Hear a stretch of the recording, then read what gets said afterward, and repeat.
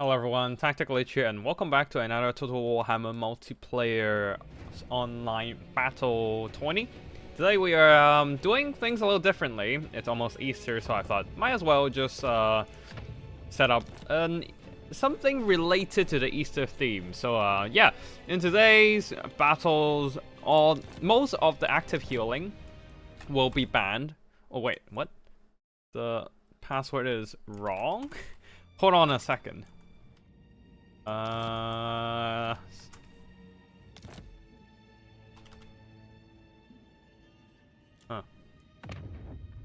There we go. Right, yeah. Anyways. Yeah. And today we are having a slightly different setup. So, most of the active healing abilities, spells, and units are banned. So no Earthblood. And for example, for us who are playing as Ogre Kingdoms, we are not allowed to use Troll Guts.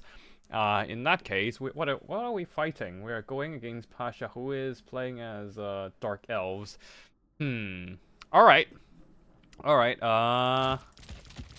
we don't have healing, so we have to, like, duke it out against the Dark Elves, who are having some pretty solid units of, Cold One Cavalry. And I'm also afraid of their... Yeah, I'm also afraid of their speed.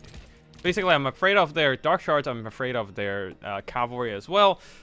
This is gonna be rough. I don't want to bring Crushers, because they're just gonna get shot to bits. And they don't necessarily trade well into the enemy Cavalry when they're being shot. So that might be a problem. Sky Striders are still very strong. I might just take a bunch of Man-Eaters instead and just rush them with balls.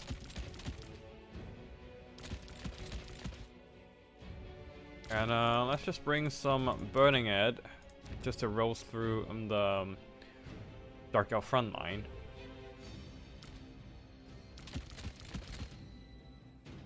I don't think we can get any more of those Man-Eaters actually, so a little bit of missile block chance. And what else do we need?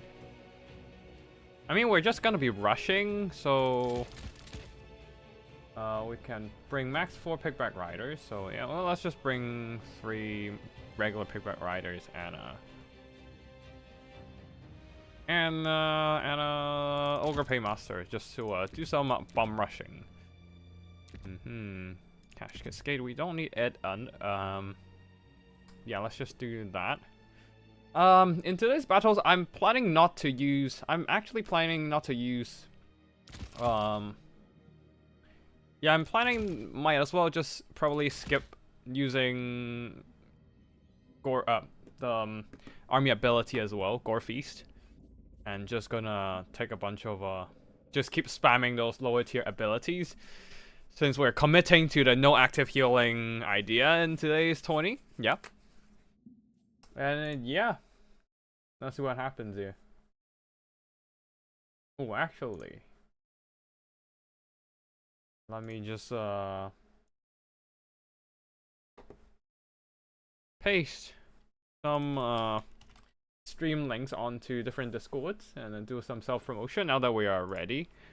We're just gonna hit ready. Yeah, I think we are within... Oh, wait, hold on. Forgot to put a spell on my spellcaster. That was dumb. Burning Head, and do we want Fire Breath? It's gonna be really crap for this guy here. Gold Glorious Gold might be neat, but yeah, probably just take another Kindle Flame and yeah, just get a Fire Breath. Why not? We have enough money for... Let's just put another Pickback Riders and see what happens here. Alright, let's go. Yeah, I am pretty sure we might be a bit screwed here, but let's see what happens. Now, our opponent can't bring Soul Stealer, which is a little bit of a slightly more comforting. But yeah. We'll try not to. We'll avoid using Gore Feast. Not Gore Feast. Meat. Wait. Butcher. Butcher? No. Wait, hold on. What is Butcher is a different Meat Feast. Meat Feast ability. We'll try avoiding using Meat Feast so that we just brush. We're on Land Battles map. I thought we're wait, hold on. So what am I thinking? There is the victory location right there. All right. Let's set up our army and ready to bum rush our opponent and get and maybe get shot to bits. We shall see. We have a lot of bodies, a lot of meat on the field. But whether that's enough punch to get through the Dark Elf lines, that is a different question. Yeah.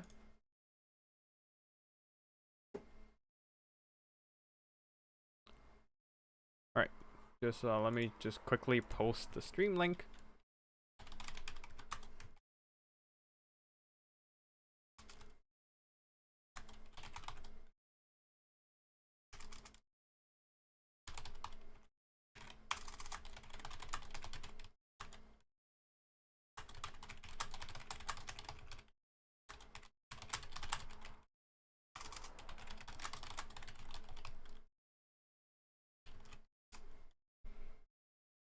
Alright. What else? We need to spread out our flyers on the side and our big, chunky, expensive anti-lark units will be set up at the back as well. I just hope those ogres don't die too fast to the enemy firepower. We don't have any healing, which means we really need to make sure our units get those damage out as much as possible. Alright, cool. I think that is our army here. These two are just gonna stay in the front line and hopefully don't die. With man-eaters at the back, ready to jump in and save their asses. Their fat asses. In charge of the pages.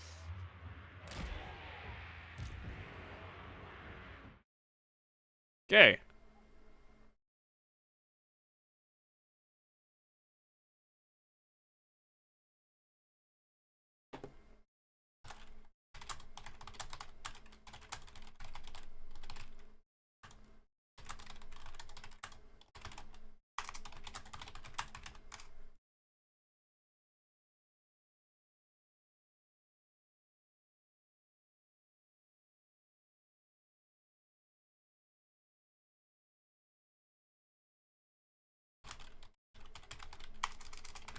Hold on.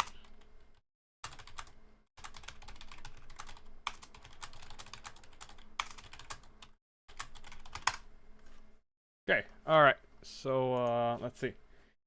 I think we're mostly set up.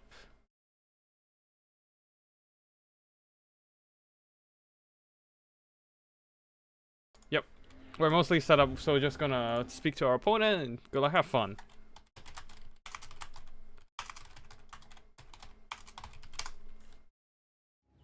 Alright, cool. We are ready to go.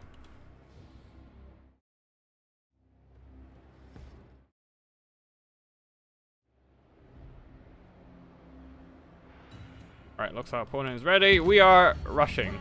Oh god, they have the high ground! They have the high ground! With a lot of boat throwers. It's gonna be 3 Colon Riders with Coran Knights and a bunch of Bleak Sword Stretch Spears in the front line ready to hold the line, and it's gonna be quite tough to break through, I imagine. At the same time, we're just gonna get shot at the entire time due to the Reaper Bolt Throwers being there and just planking off HP from my units. Ogre Bulls, these are Iron Fist. Even if they have Iron Fist, it's not gonna help them much. Oh, there's also the Crows of Cain in the skies ready to do some harassment. These guys could pull back a bit here. Ow, ow, ow, ow, ow. I can't really... shit. I'm taking a bunch of damage.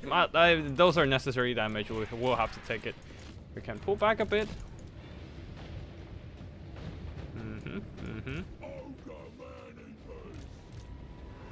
The problem is the Nobblers are falling back, are yeah, falling behind because of their slower speed. Can't just push everyone up at the same time, which is unfortunate. I think these man-eaters are screwed. Regardless, they are just gonna get poked to death. We have to sacrifice some of these bad boys. Alright, yeah, let's just rush.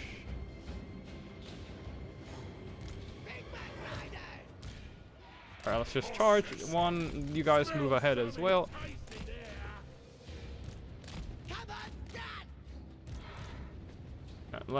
We'll sacrifice some of our guys there and start charging.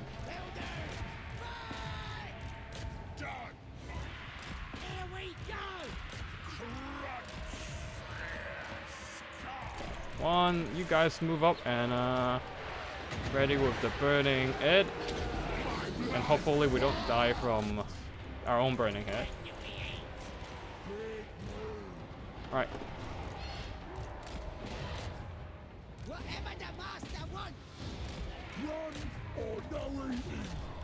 All right, let's go. I get mad when I'm hungry. All right. Shit. We silenced one of them.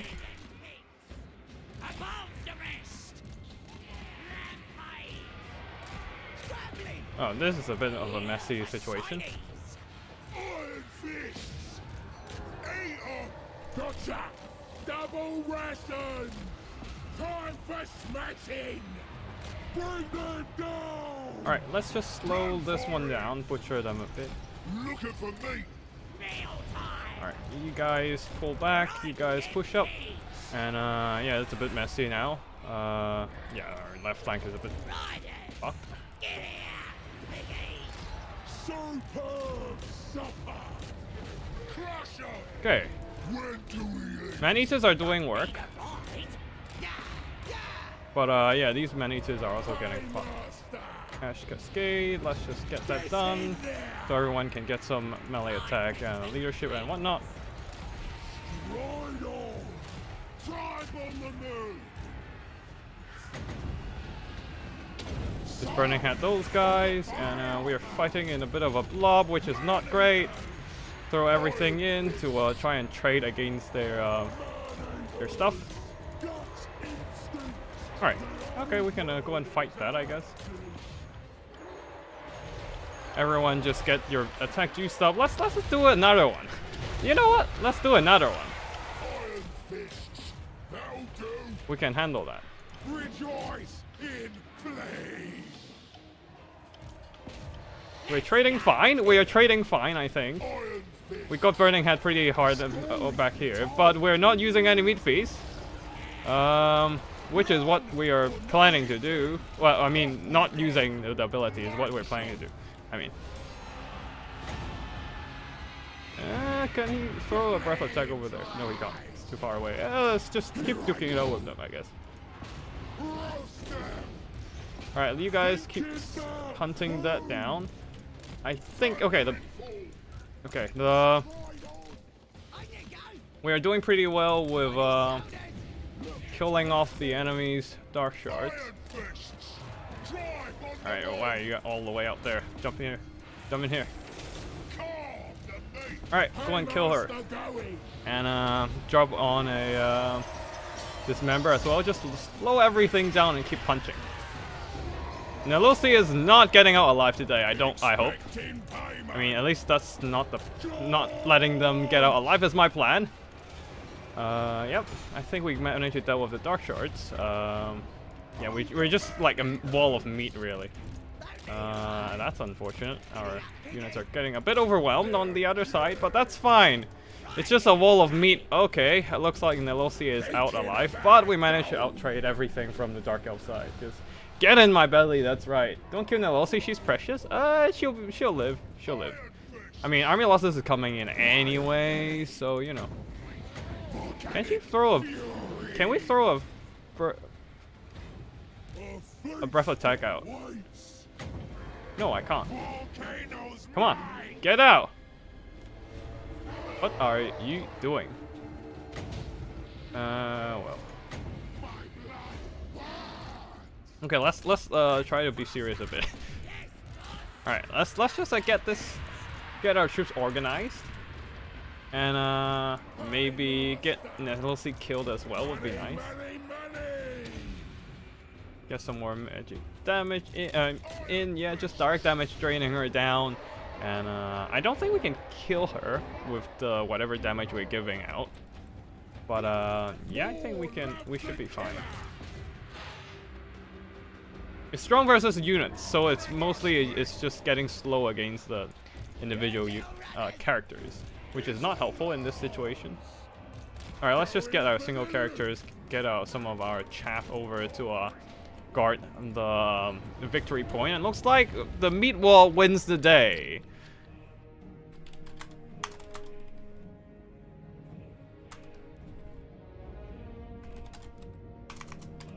Okay, versus Dark Elves. Looks like it is the battle of the meat wall here. Just trying to plow through the enemy formation with Burning Head and just trying to break through the front lines, roasting their infantry and then allowing some of the ogre bolts to get through, which is looks like it works out.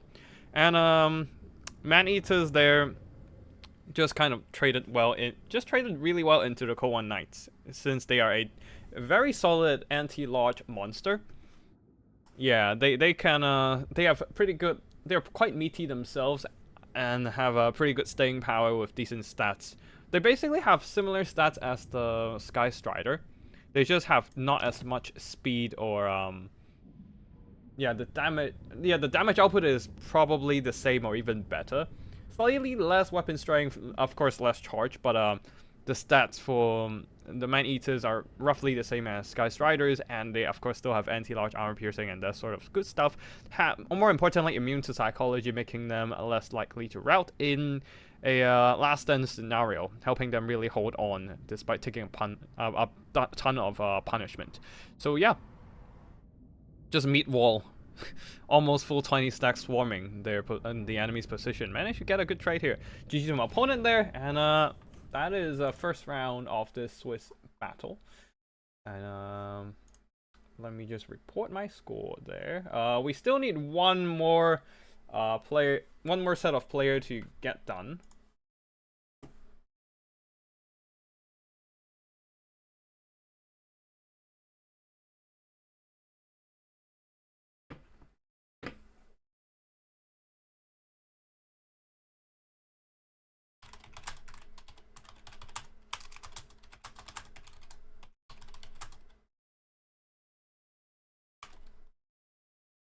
Okay, next, so I think I'm gonna try to do a missile spam ogre army.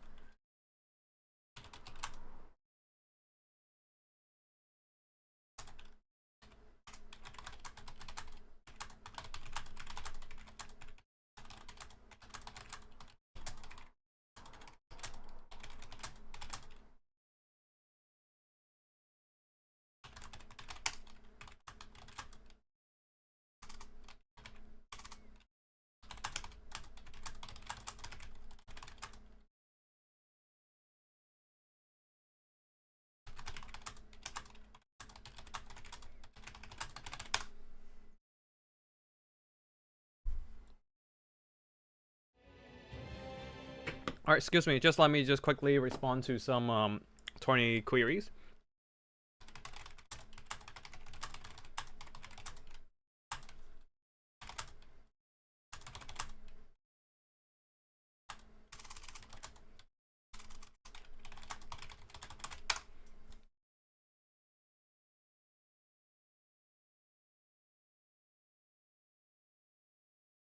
Alright, looks like Gotrek is still waiting for their opponent. Wait, they still haven't played? Oh no! Wait, what?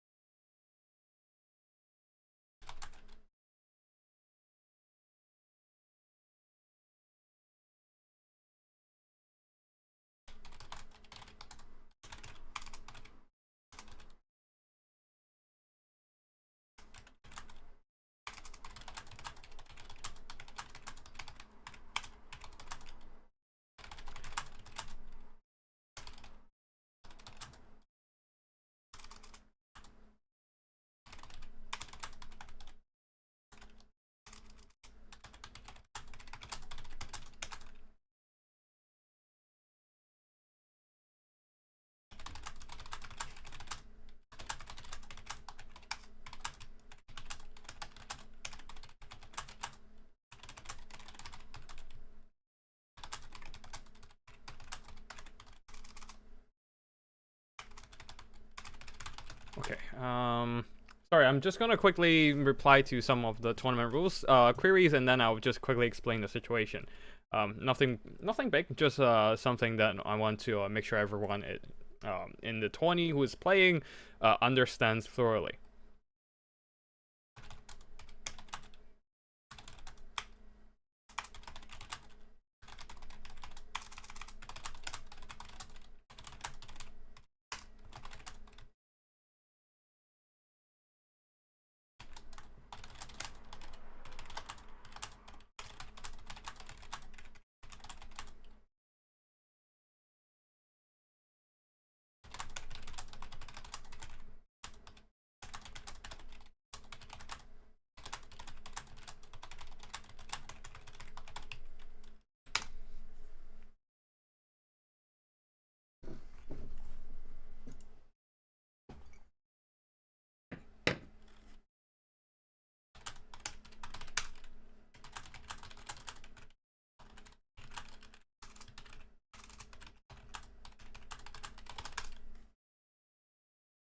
All right, cool.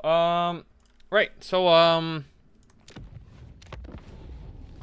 we seem to have a live lobby because one of the players have to show up late. He was in I think they were in Human Boy's event earlier. So yeah, we're just gonna hop right in.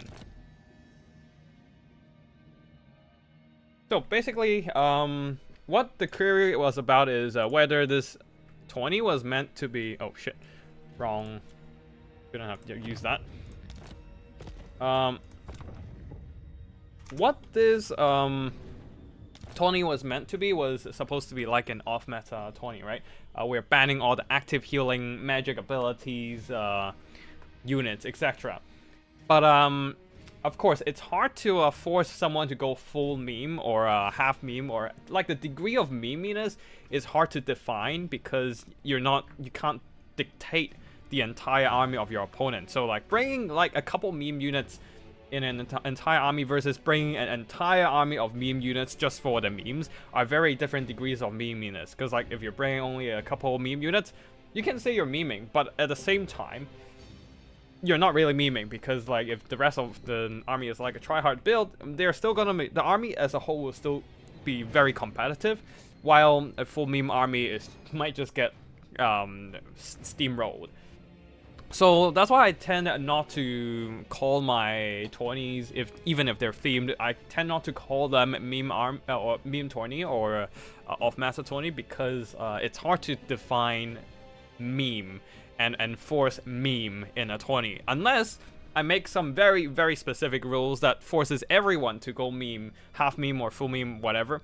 Basically, yeah, it's a bit hard to do that.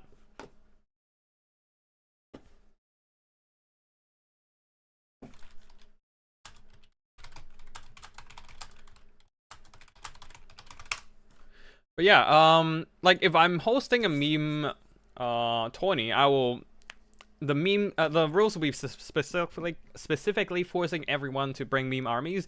For example, you have to design an army for your opponent to play against you, so you must make an army as shitty as possible unless you want to lose the game, because you'll be fighting the army you design. So this forces everyone to pick and play as a meme army. Like they have to pick an army they have to pick a shit army for their opponent to play with, and they will be playing with an army their opponent picks. So meme army. That is it.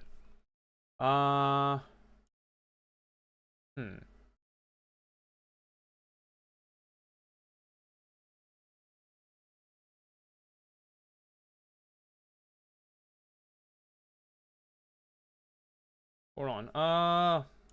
Sorry, let me just quickly check with the players here. Hold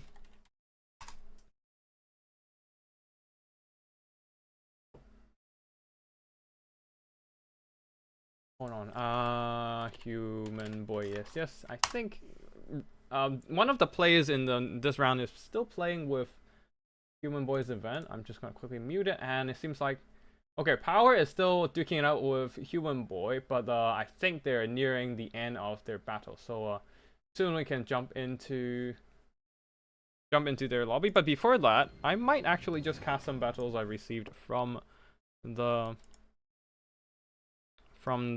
20 actually.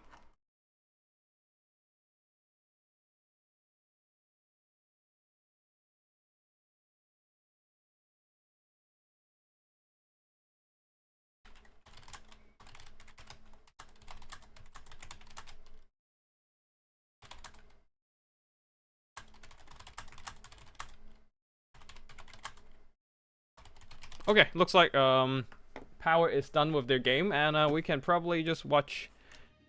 We can expect them to show up soon.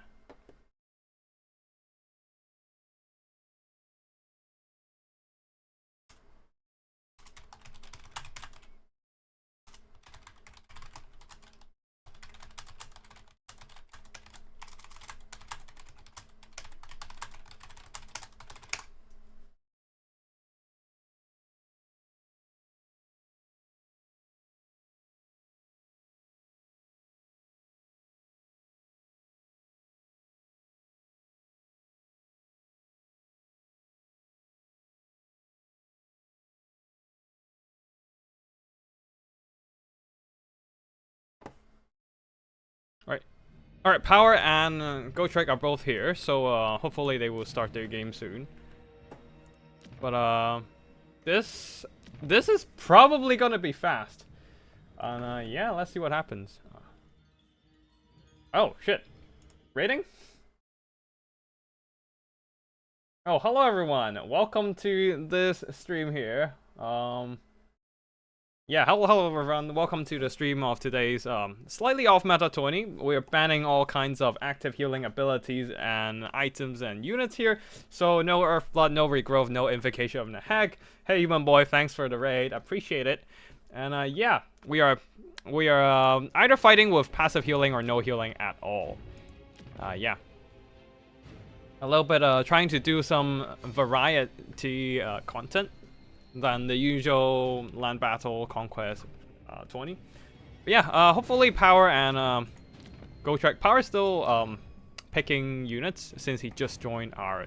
Wait, is that a that is Arknight? That is an Arknight's character, I think, on the profile. Yeah, yep, anime profile as usual. But yeah, anyways, we are just gonna wait a bit for Power to set up their Skaven army versus dwarves. This is gonna be a Karaza Karak battle where they're just trying to dictate the ownership. I mean, we are on Ash Plains in the Kara Desert, so it's a bit different. But yeah, anyways, for everyone who just joined, welcome to the 20. It is a little bit of an off meta 20. Again, we are banning all kinds of, or at least most kinds of active healing, unless missed out some form of active healing. Basically, if the healing ability is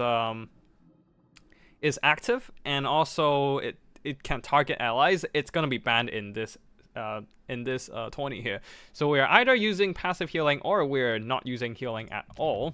Well, actually Dowie can still have access to Felix's what is it called again? It's not Helping Hand, right? Yeah, Helping Hand is the attack and a damage resistance ability. Blood Oath. The Catman sent you. Huh. More like cat-sized rat man, huh? But yeah, looks like both players are ready. Let's just quickly go through this. And yeah, the other players are still waiting on this battle to be done so they can move on to a second round of Swiss battles. Apologies for the wait, everyone else. Yeah. But hopefully this will be a fast battle. And yeah, we are loading in. Gotrek Starbreaker has been a long time Dowie player after all, and Power just came from the Beastman event from Human Boy Yes. He should be all warmed up now and has some really great counters to the Dowie tin cans. We are seeing some Death Runners in the front line there, ready to slash and slice through all those armor of the miners and Dwarf Warriors and whatnot. And other than that, a bunch of bodies, Clan Rats with shield, some Night Runners for skirmishing, and Jazales, one of them, and the Natty Bubo Sharpshooters. No Natty Bubo Sharpshooters, both just regular Jazales. Ashen Saucer going with some interesting pick here, as we are seeing double Ashen characters here. the Sorcerer and Death Master Snitch. That's it for the Skaven armies. We're seeing a lot of Vanguard deployment, and no doubt the Jezzails will stay at the back there trying to outshoot the Dawi army. Dawi-wise, they are trying to go Vanguard heavy with a whole line of miners Vanguard deployed, trying to press as forward as possible on the Vanguard deployment zone. At the back there, a bunch of Slayer Pirates. I'm quite surprised they are seeing some action today. I never expect them, honestly. Like, they are just kind of a very niche unit. They have really good damage value with armor piercing, but they only have so many rounds, and they're not exactly the most amazing melee combatant either, rather fragile and all that. So I honestly don't expect to see any them having great performances usually.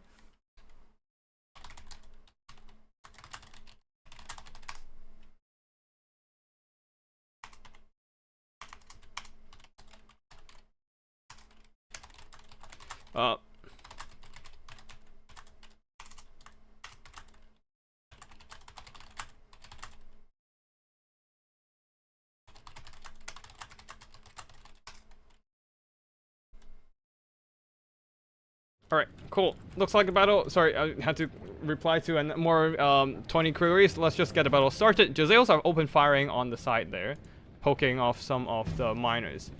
And, yeah. Oh shit, some players have to drop from the 20 because they have a little bit too much of a weight to the games here. Apologies for that. Yeah, let's just try to get the battle through first. Miners are getting blasted by Jezzails on the far side, and they're taking damage for sure. And in the skies, gyrocopters are flying close. Ooh, these are brimstone guns, and they're doing very minimal roasting to the Death Runners. And Slayers are moving up, trying to duke it out with the Death Runners, but it's not going to be a great trade for them since they don't have anti-infantry, but the Death Runners do. And plus, the Death Runners have a little bit of physical resistance, though there is a lot of fire damage coming in from the Brimstone guns, and also some friendly fire from the Night Runners. Not helping with the leadership of the Death Runners. Death Runners, they do not have the solid leadership of Unbreakable Slayer, so they're quickly falling. Miners get to the front line and start blasting through those clan rats, and now, ooh, they're the Brotherhoods of Grimnir. And what else from the Dawi army are we seeing here? Okay, just one Doomseeker unit. The Long Drones Pirate Slayers are just pushing through. They're not even going into shooting. They're just like jumping straight into melee, trying to drag down the enemy in close quarters combat. Here comes the Black Whirlwind spell. The Black Whirlwind spell doing some damage, not a whole lot to the Slayers since they do have a low model count, but the Skaven frontline is buckling. That's expected. That's just clan rats, and yeah, gyrocopters are moving around. They are getting whittled down by the gun runners. Oh no, this is going to be a bit of a kiting action coming in, I feel like. Yeah. Warlock Jezzails are firing, and they have managed to shoot down the gyrocopters, forcing them off the map. The dwarves had made a good headway on the front line there, but the Skavens are not taking the fight in the front line. Their strength lies in their Death Runners, their skirmishers, and some of the Jezzails. Of course, there are miners and Slayers getting onto the Warlock Jezzails here and slowly chopping them down. And yeah, dragging down those Warlock Jezzails in melee combat. Let's see. On the far side, Death Runners are dividing and conquering different pockets of Dawi units. Though the Dawis are trying to put up a good fight here, pushing stuff off the white line on the other side. Master Snake is dragged into a bit of a messy fight here, surrounded by Slayer Pirates, the Brotherhood of Grimnir, and Garagrim Iron Fist as well. Demon Slayer and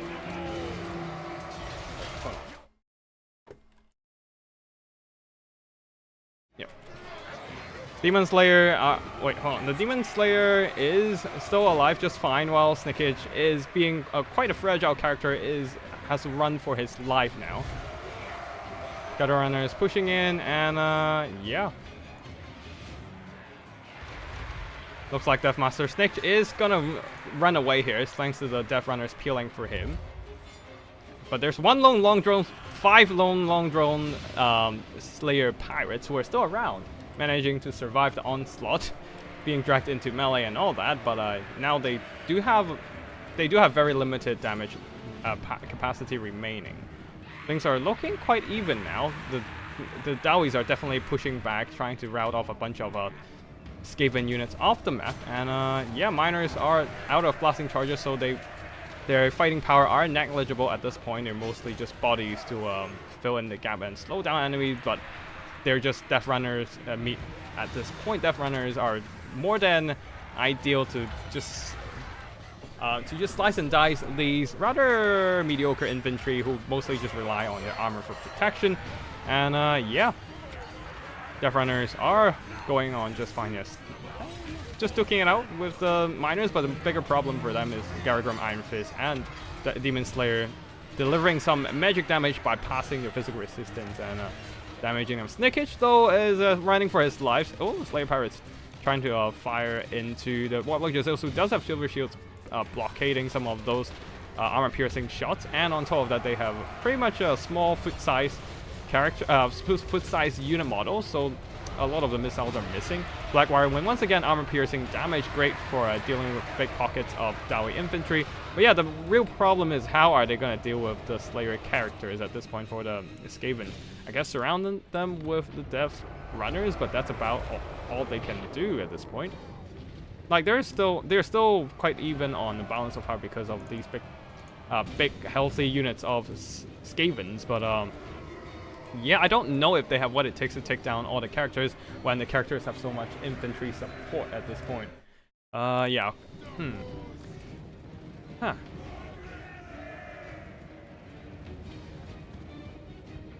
Alright, let's see. Slayers are moving up. But looks like the Death Runners are just we're not on Conquest Mode.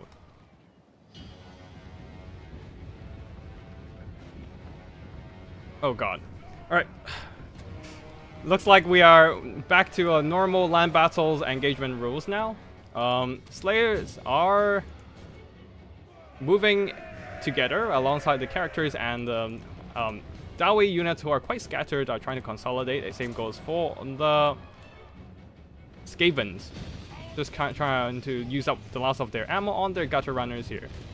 And Vixren's Death Squad plus the Death Runners are sitting back, holding position, just trying to refresh some vigor while throwing some gutter runners to waste vigor on these Slayers here, trying to tire them down, while the rest of the Dowies are still trying desperately to get back to the frontline fight and aid in their brethren. Of course, the gutter runners are going to be quick to die to the Slayers, but these Vixren's Death Squad and Death Runners are just popping consumable and trying to like stay there, sit there, get some vigor back. They're winded while the Slayers are very tired. You can see that the Slayers' stats have been new to the— oh god, what just happened?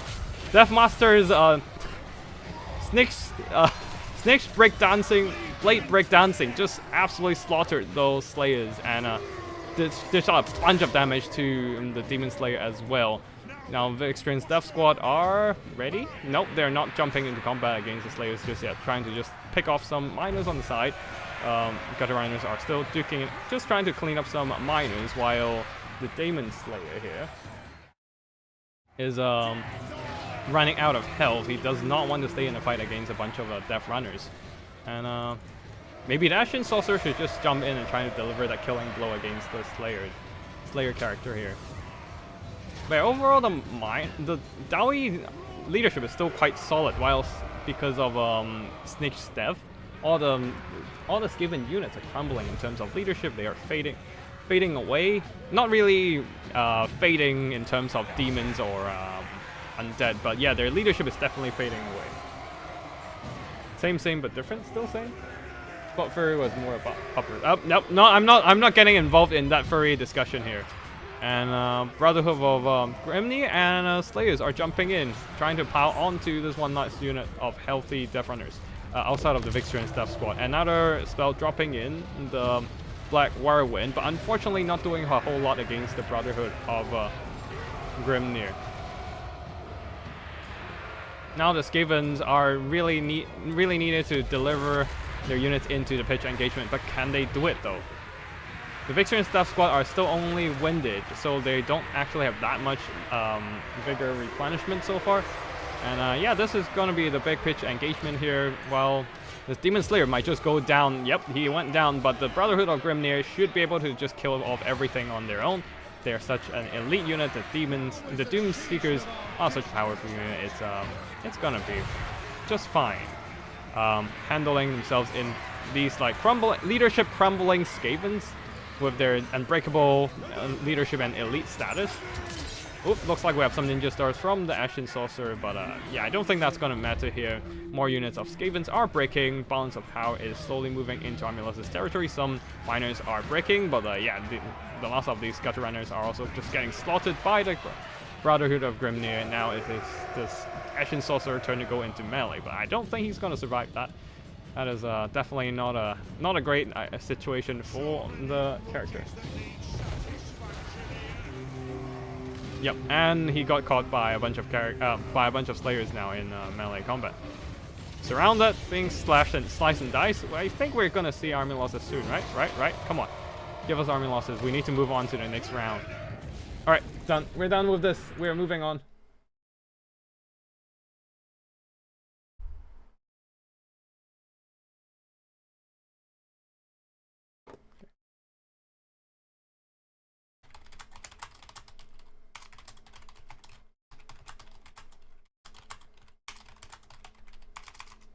Okay, looks like looks like Persian Warrior have to drop out. Unfortunately, we waited for a little too long.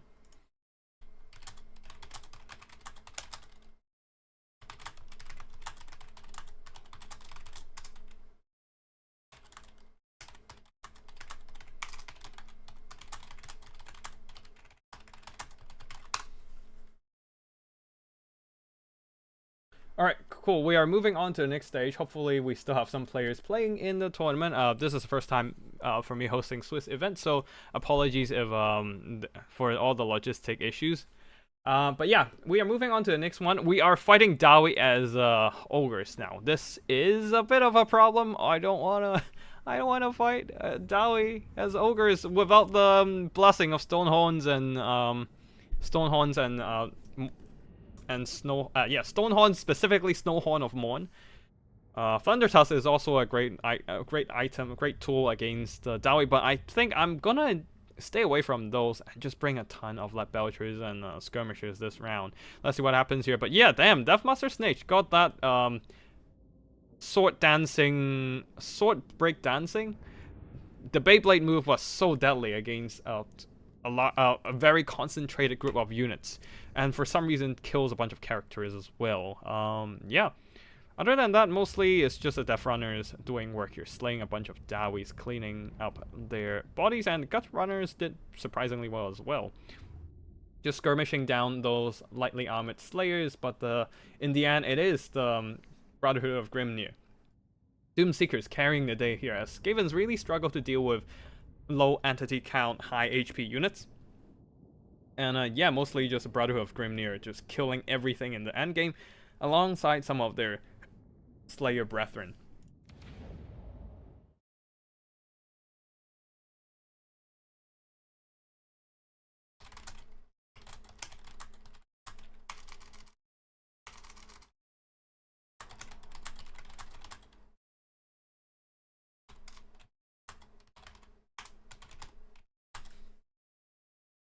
Okay, we are going to fight Gotrek now, so let me just switch over to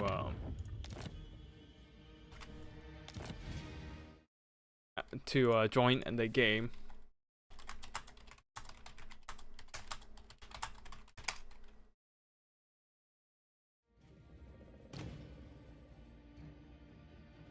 Alright, so we are Ogre Kingdoms. We can't use active healing. That means we have to find something else other than our usual Stonehorn and Thunder Tusk spam. Let me just try. I'm thinking of something like this, and And shit, I can't bring more than 12 missile units. Alright, cool. For once, I'm using Nobbler Flingers. That is awkward.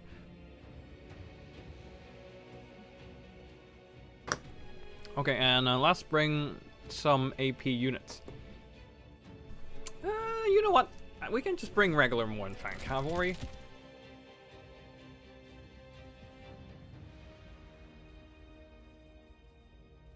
And now I need something else. Let's just get a spellcaster in the form of wait, hold on. Wait, that's Scrag. I don't need Scrag. Not you today. I'm really tempted to go Lord of Heavens here. Yeah, let's just do that. And we're gonna bring Oranon's Thunderbolt just because it's good for blasting precision targets.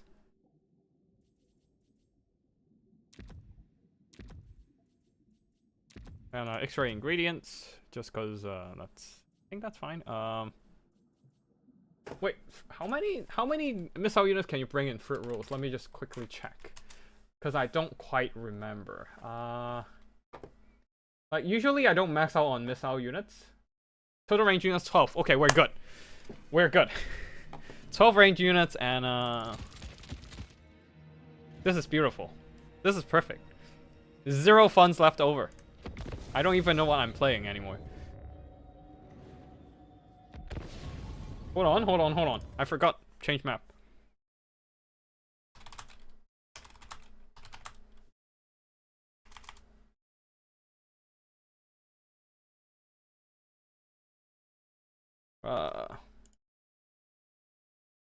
Okay, I forgot to type down the map change on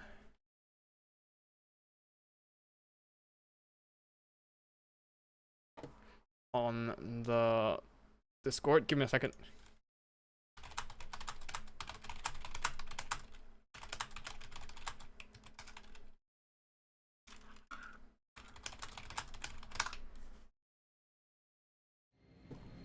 Okay, let's just wait for our opponent to change the map because we can't do that on our end. All right, cool. We are ready. We are ready.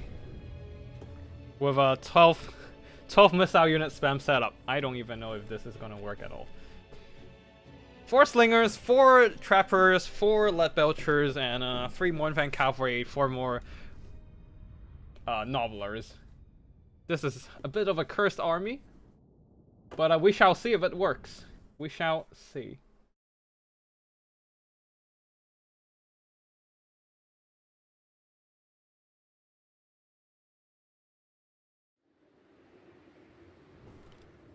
Power John, not gonna lie, I was not expecting his blade dance thing to shred the characters as well. Yeah, I think it just does really high damage, but with a small area, which is why it just does so much damage onto the character.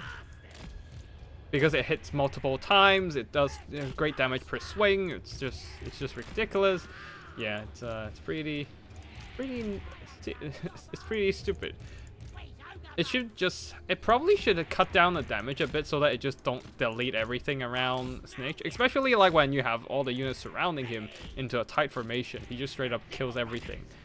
And that just isn't great for anything that fights Snitch.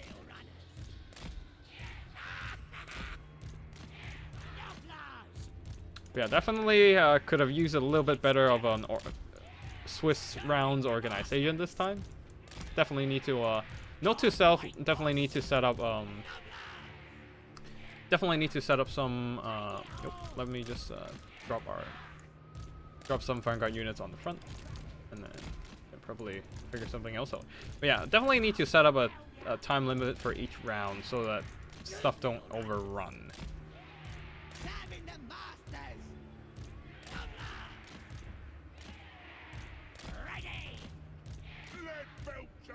Okay, we have 4 lead belchers here. Lead belchers!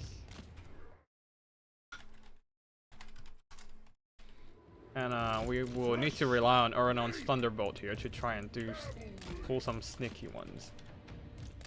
Oh man, I'm so not confident on this kite heavy build.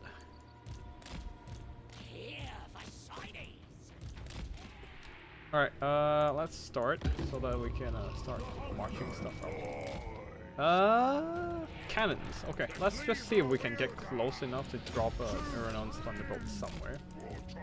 Oh no! Gotrek and his dwarf defensive geometry matrix. Oh god.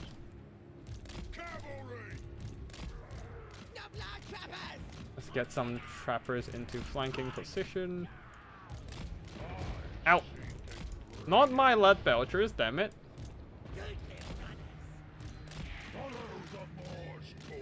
Right.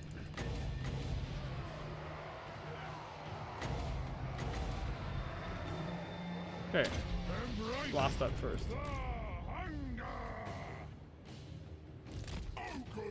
One of the lead belchers are probably just gonna die. And it doesn't kill the model. Damn it. Why? Did they nerf Iran's Thunderbolt or did it just miss the target or something? I didn't see it. Whatever. We get our lead belchers in. When do we eat? And get some of the flingers start flinging their random scrap metal shit. Okay, we should start blasting. Just get some of the units into range and start blasting. And hopefully kill one of their cannons with just sheer amount of stuff. Right. Swarm together. Let's get 'em.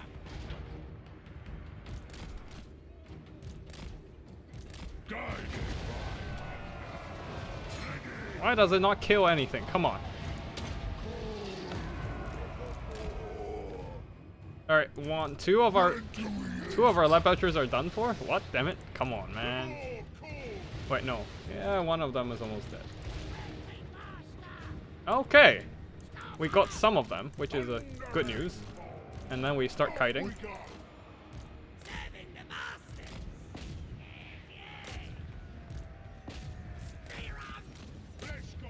Okay, let's just get the other one in, and we start running. Slaughtermaster moving.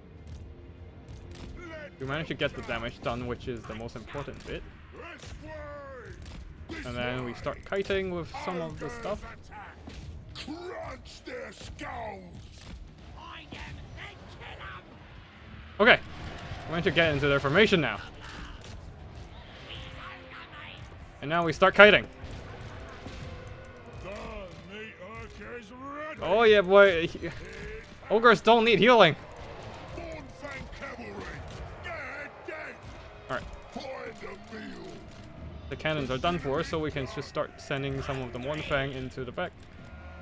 Into doing some rear charge action now. Alright, alright, you know what? You guys can start running that way.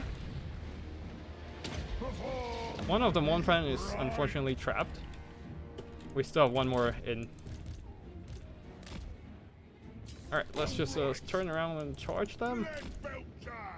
Alright, let's just do some charging, do some kiting. Yep, okay. Start shooting. We need to start catching some of the points there. Okay. Alright, we shoot again. We try to do some backline shooting again.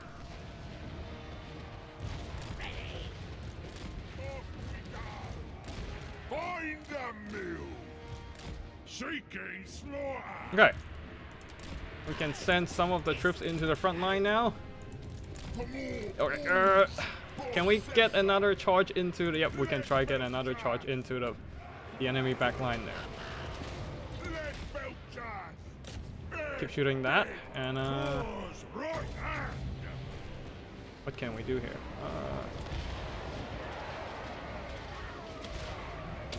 Now let's just at least shut down one of their models. Oh god, our lead belchers, I just took my eyes off them for a bit there, and then they're almost dead. Master of butchery, And that's a fully healthy unit, but we can probably try sending them into a fight or something. Okay. Do we have any models left on these ones? Okay, they'll have to do.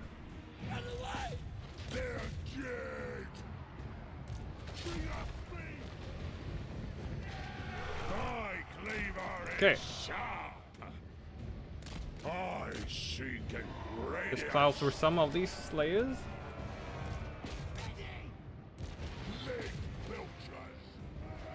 And yeah, we'll probably have to get tied down here for a bit. Unfortunate, but it is what it is. Alright, time to run.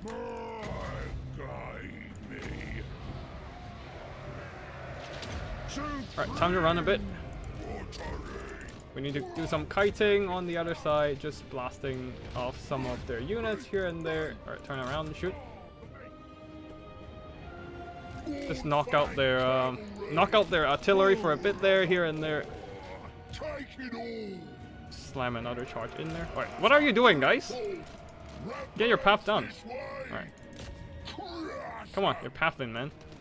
You gotta path your way through. And let's just drop these on the Dragon Flex Slayers and do some damage. And drain them down so we don't have to deal with all that stuff. Alright, cool. Let's bring our units back. I'm not too worried about the Iron Breakers because we have more than enough ammo to just shoot the hell out of them. I'm more worried about our character dying here, who for some reason decided, oh no, not the Slayers! Don't run! Run!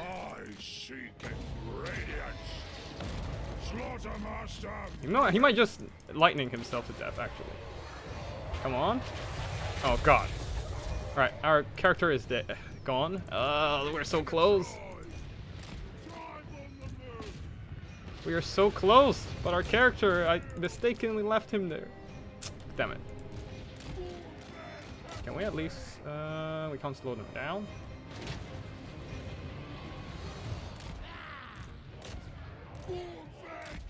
Okay, let's just try and shoot them down.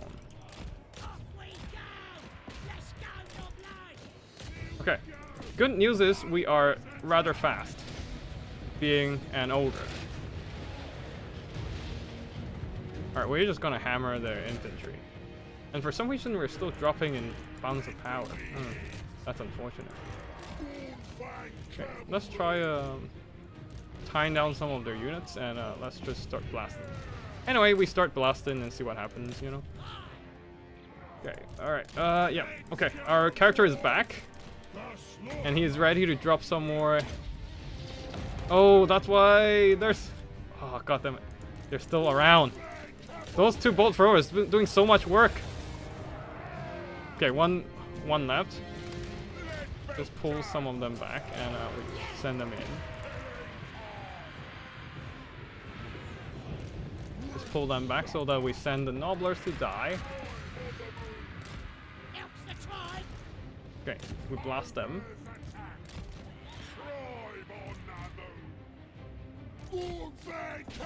Okay, yeah, let's just send him over.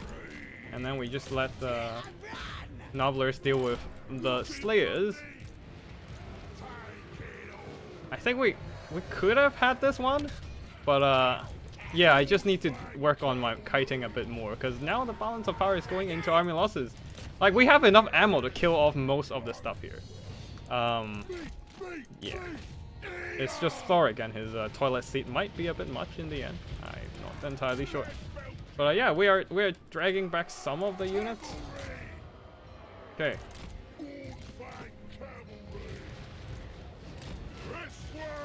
Shoot and retreat, shoot and retreat!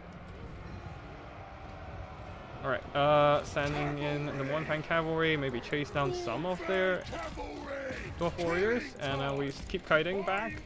Okay, shoot those guys. Oh, and the master engineer, man. The engineer. Oh.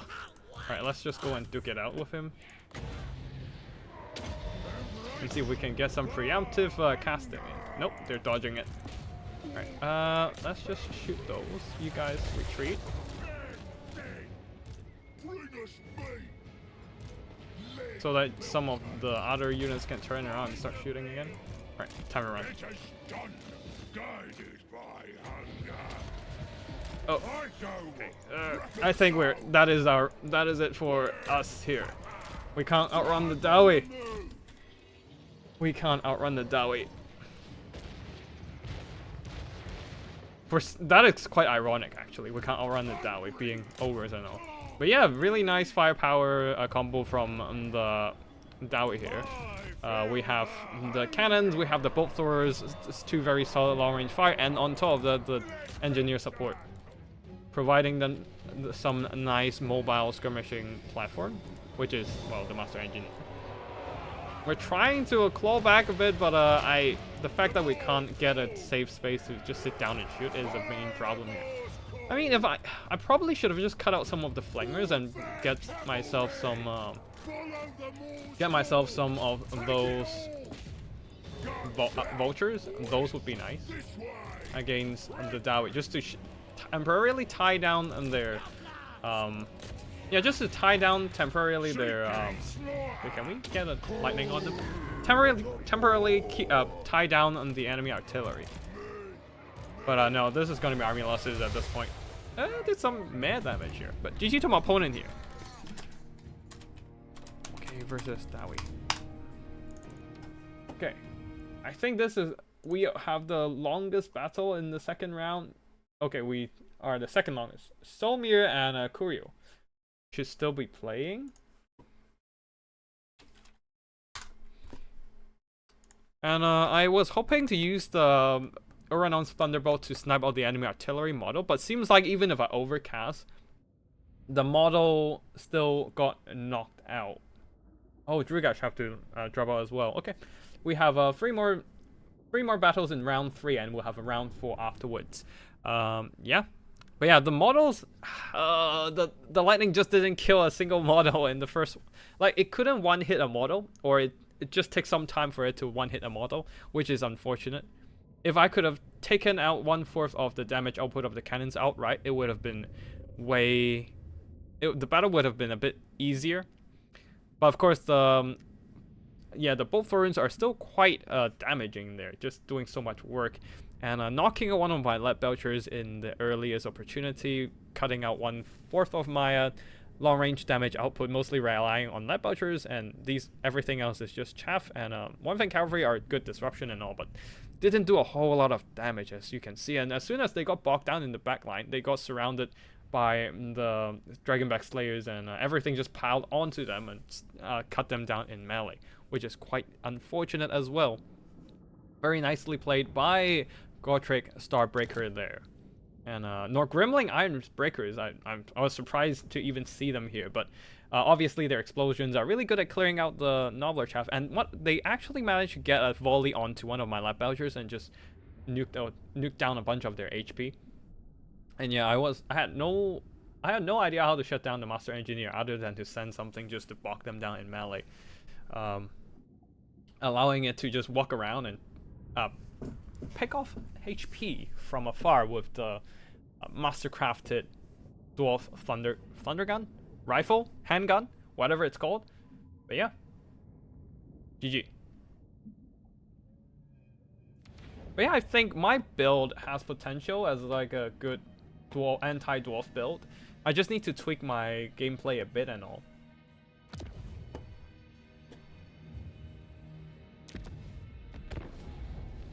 Alright, cool. Next up, we are up against Chained Soldier.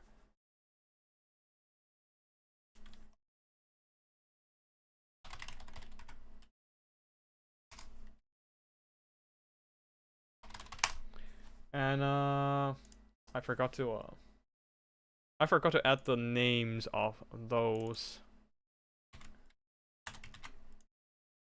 maps onto each round, which is I definitely should have done that earlier. Okay.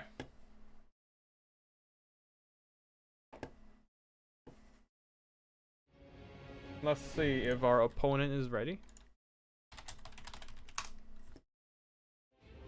Alright, our opponent is ready. We just need to hop in and set up the lobby. Oh, actually just send over lobby code first. Alright. Alright, we are once again going with Ogre Kingdoms and just waiting for our opponent to show up. We need to change map, of course. Alpine Ridge it is.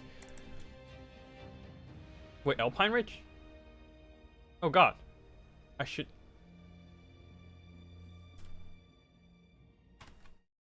Why? Wait, why is it on...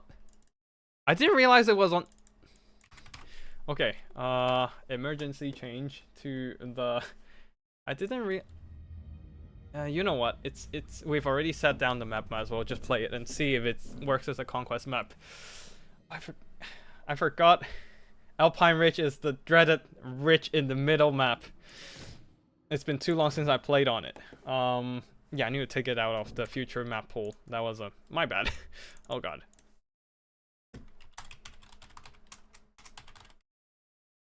Wait, are we fighting once again? Fighting Dark Elves? Indeed, we are. Let's play something different this time. You know what? Let's go for a Man-Eater there. Get some of his abilities that might work. And certainly grabbing... Oh, this is an active healing. For himself. Nah, I'll just not use it. Okay. We're getting gold dude. And let's get a butcher as some form of spell support. Extra ingredients. This time let's go for Lore of Beast actually. Lore of Beast and Curse of Air and Flock of Doom. Plus a bunch of bodies in the front line. What else? I want an Ashen Man-Eater here. Let's just pick that one up. And we're out of funds. Great. Yep, let's just see what happens with this build, this one this time. Looks like our opponent is ready. We are, yeah, let's just get going. I don't even know what the hell I'm building up.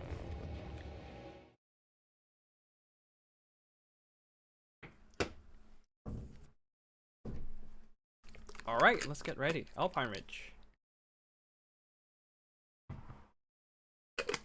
I hope everyone has a good game on this map. I totally forgot about the existence of this map because I have not played on it for so long. And as soon as I see the map loading in, I was like, ah, shit, I need to remove it in future map pools. But yeah, against Dark Elves, we had an earlier game against Dark Elves as the Ogre Kingdoms, basically spamming a bunch of Man-Eaters and Ogre Bulls and just try to bum rush the other side. Huh. Oh, interesting. I think did they modify the hill in the middle a bit? Because like, I think they added a little bit of a concave. Because it used to be just one whole line of a hill, I think. And there's a little bit of concave here, which might help artillery to pass over it better. But either way, so we're just bum rushing anyways. I don't think it matters. We are just gonna bum rush with everything we've got and try to kill things. Like, this is a single character targeting build, but I don't know if there are much single entity here. Because like we have the assassin, the Ashen Man-Eater, we have the Goldfack here using the Dead Eye, but we don't have, like, if our opponent's isn't bringing single entities, we might be a bit limited in terms of damage dealing. Anyways, we're not bringing missiles because we're just going all in on the rush. And we're gonna see what happens.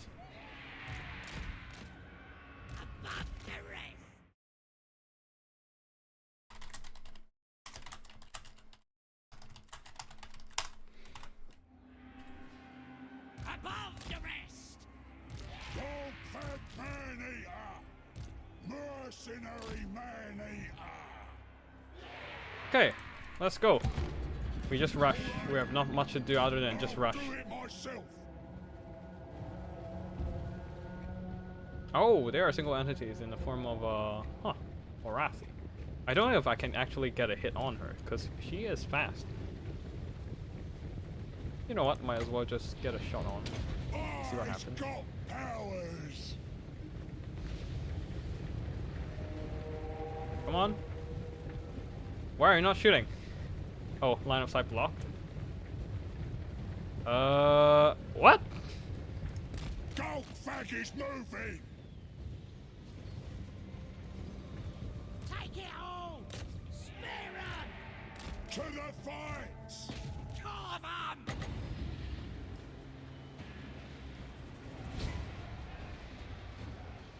The god magic. Better position over there. Come on, you can't have a line of sight over that. I'll smell ya! Killing time. Oh, nice damage, I guess.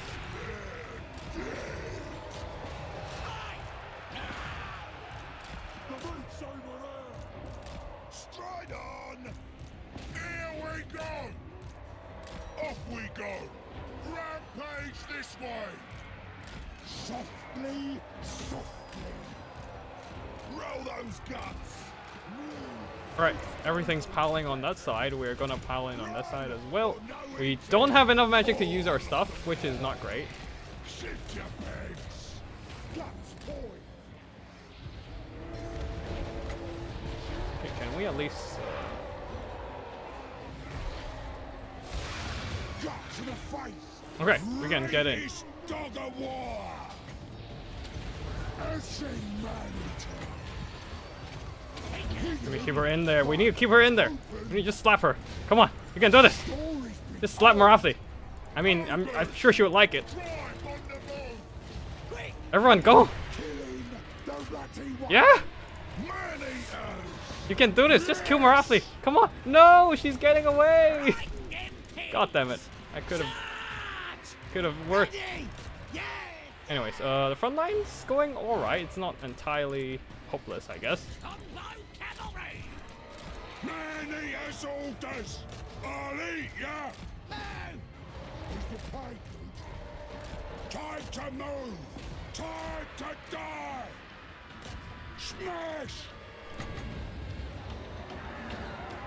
Run for it! It can. The big rig. Alright, we are a little bit out of position with a lot of stuff. Man-eater. Riders! Roll those guts. Bring them down. Goldfag says so. Oh god. Let's go, killer! We got exposed to some of the fire. We've got exposed to a rear charge and everything is getting taken down fast here. It must be done. That is not great. Not ideal at all. In it for the gold. Come on. Ready for dinner. Find a meal. Meal time. Better place! We are a bit messy with our units. That is not great at all. Behold, gastromancy. We are getting a lot of good flock of dooms though, so that's something, I guess. But yeah, the enemy's getting a really good surround on our units. We only have the single entities who are still kind of kicking around. And that is our only balance of power holder, I guess, which is not ideal. Goldfag to legend. Heading off. Time to go. Goldfag is moving. Alright, we don't have a line of sight. We have a little bit more time until the next flock of doom. Mercenary man. Can we hold on until the next flock of doom? That is a quick question. Man-eater. Can we get a shot as well? I need a line of sight. Come on. Salt in entry.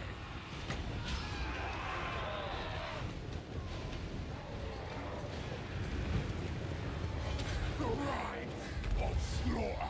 Come on. Goldfag's wrath. Get a shot. You have a line of sight. Oh no. Soul Stealer? I let you release that. No Soul Stealer. Victory. Oh well. Alright. I think that is gonna be GG here. I don't think the Soul Stealer made any difference. It's just that I wish there isn't Soul Stealer in here. when the whole tournament's point is no active healing, no soul stealer, and no earth flood regrowth, that sort of stuff. Yeah. Or they probably haven't just missed out on the rule, and yeah. I'll probably need to make it more clear next time. Yeah, well. I think that is just gonna be a GG. I don't think I have what it takes to bring this one back, honestly. Got an explosion, he fought it. I'm probably not even I'm probably not gonna bother with the meat feast. Because at this point, I mean, healing is nice, but I don't think it would turn this whole thing around. Man, the Deadeye is so crap. The line of sight. The line of sight definitely didn't work out here. Whenever there's something in front, like not even an ogre, it's just an elf or a nobbler in front of it, Goldfack, he just can't get a shot out, which is not great. Oh well, I mean, it would be nice not to see Soul Stealer in the fight, but I can't be bothered to replay the game or anything. So I'm just gonna call this one an opponent win.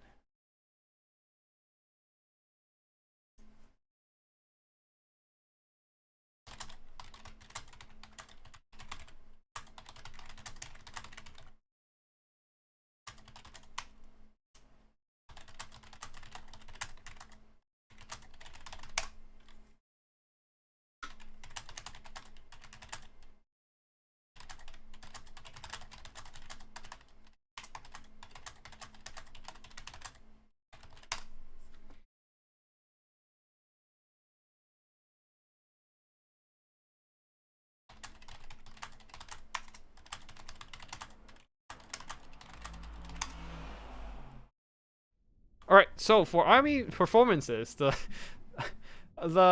Flock of Doom did a lot of good damage.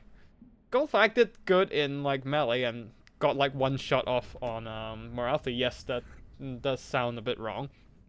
And we almost managed to kill Morathi, but she did manage to just came back and use Soul Stealer for a bit, but it's fine. I think that is fine. I don't think we have that much of a good chance to win anyways, because we kind of botched most of the micro of our army here, especially the man-eaters fighting unsupported, being overwhelmed and surrounded by the enemy Koan Knights and whatnot. So yeah, GG to our opponent there. Really nice use of like the flanking maneuvers from those Koan Knights and the flyers as well. And yeah, like we just have unfortunately had our man-eaters, which are the main damage dealer unit. A lot of them just standing out of position, not supported by the pickback riders, and we're surrounded and overwhelmed by the enemy Koan cavalry. In the end, I just had to rely on the butcher to do all the damage, and of course that was not enough, especially when those are Koan Knights just hounding our units. Alright, so we are done with this one. Let's see.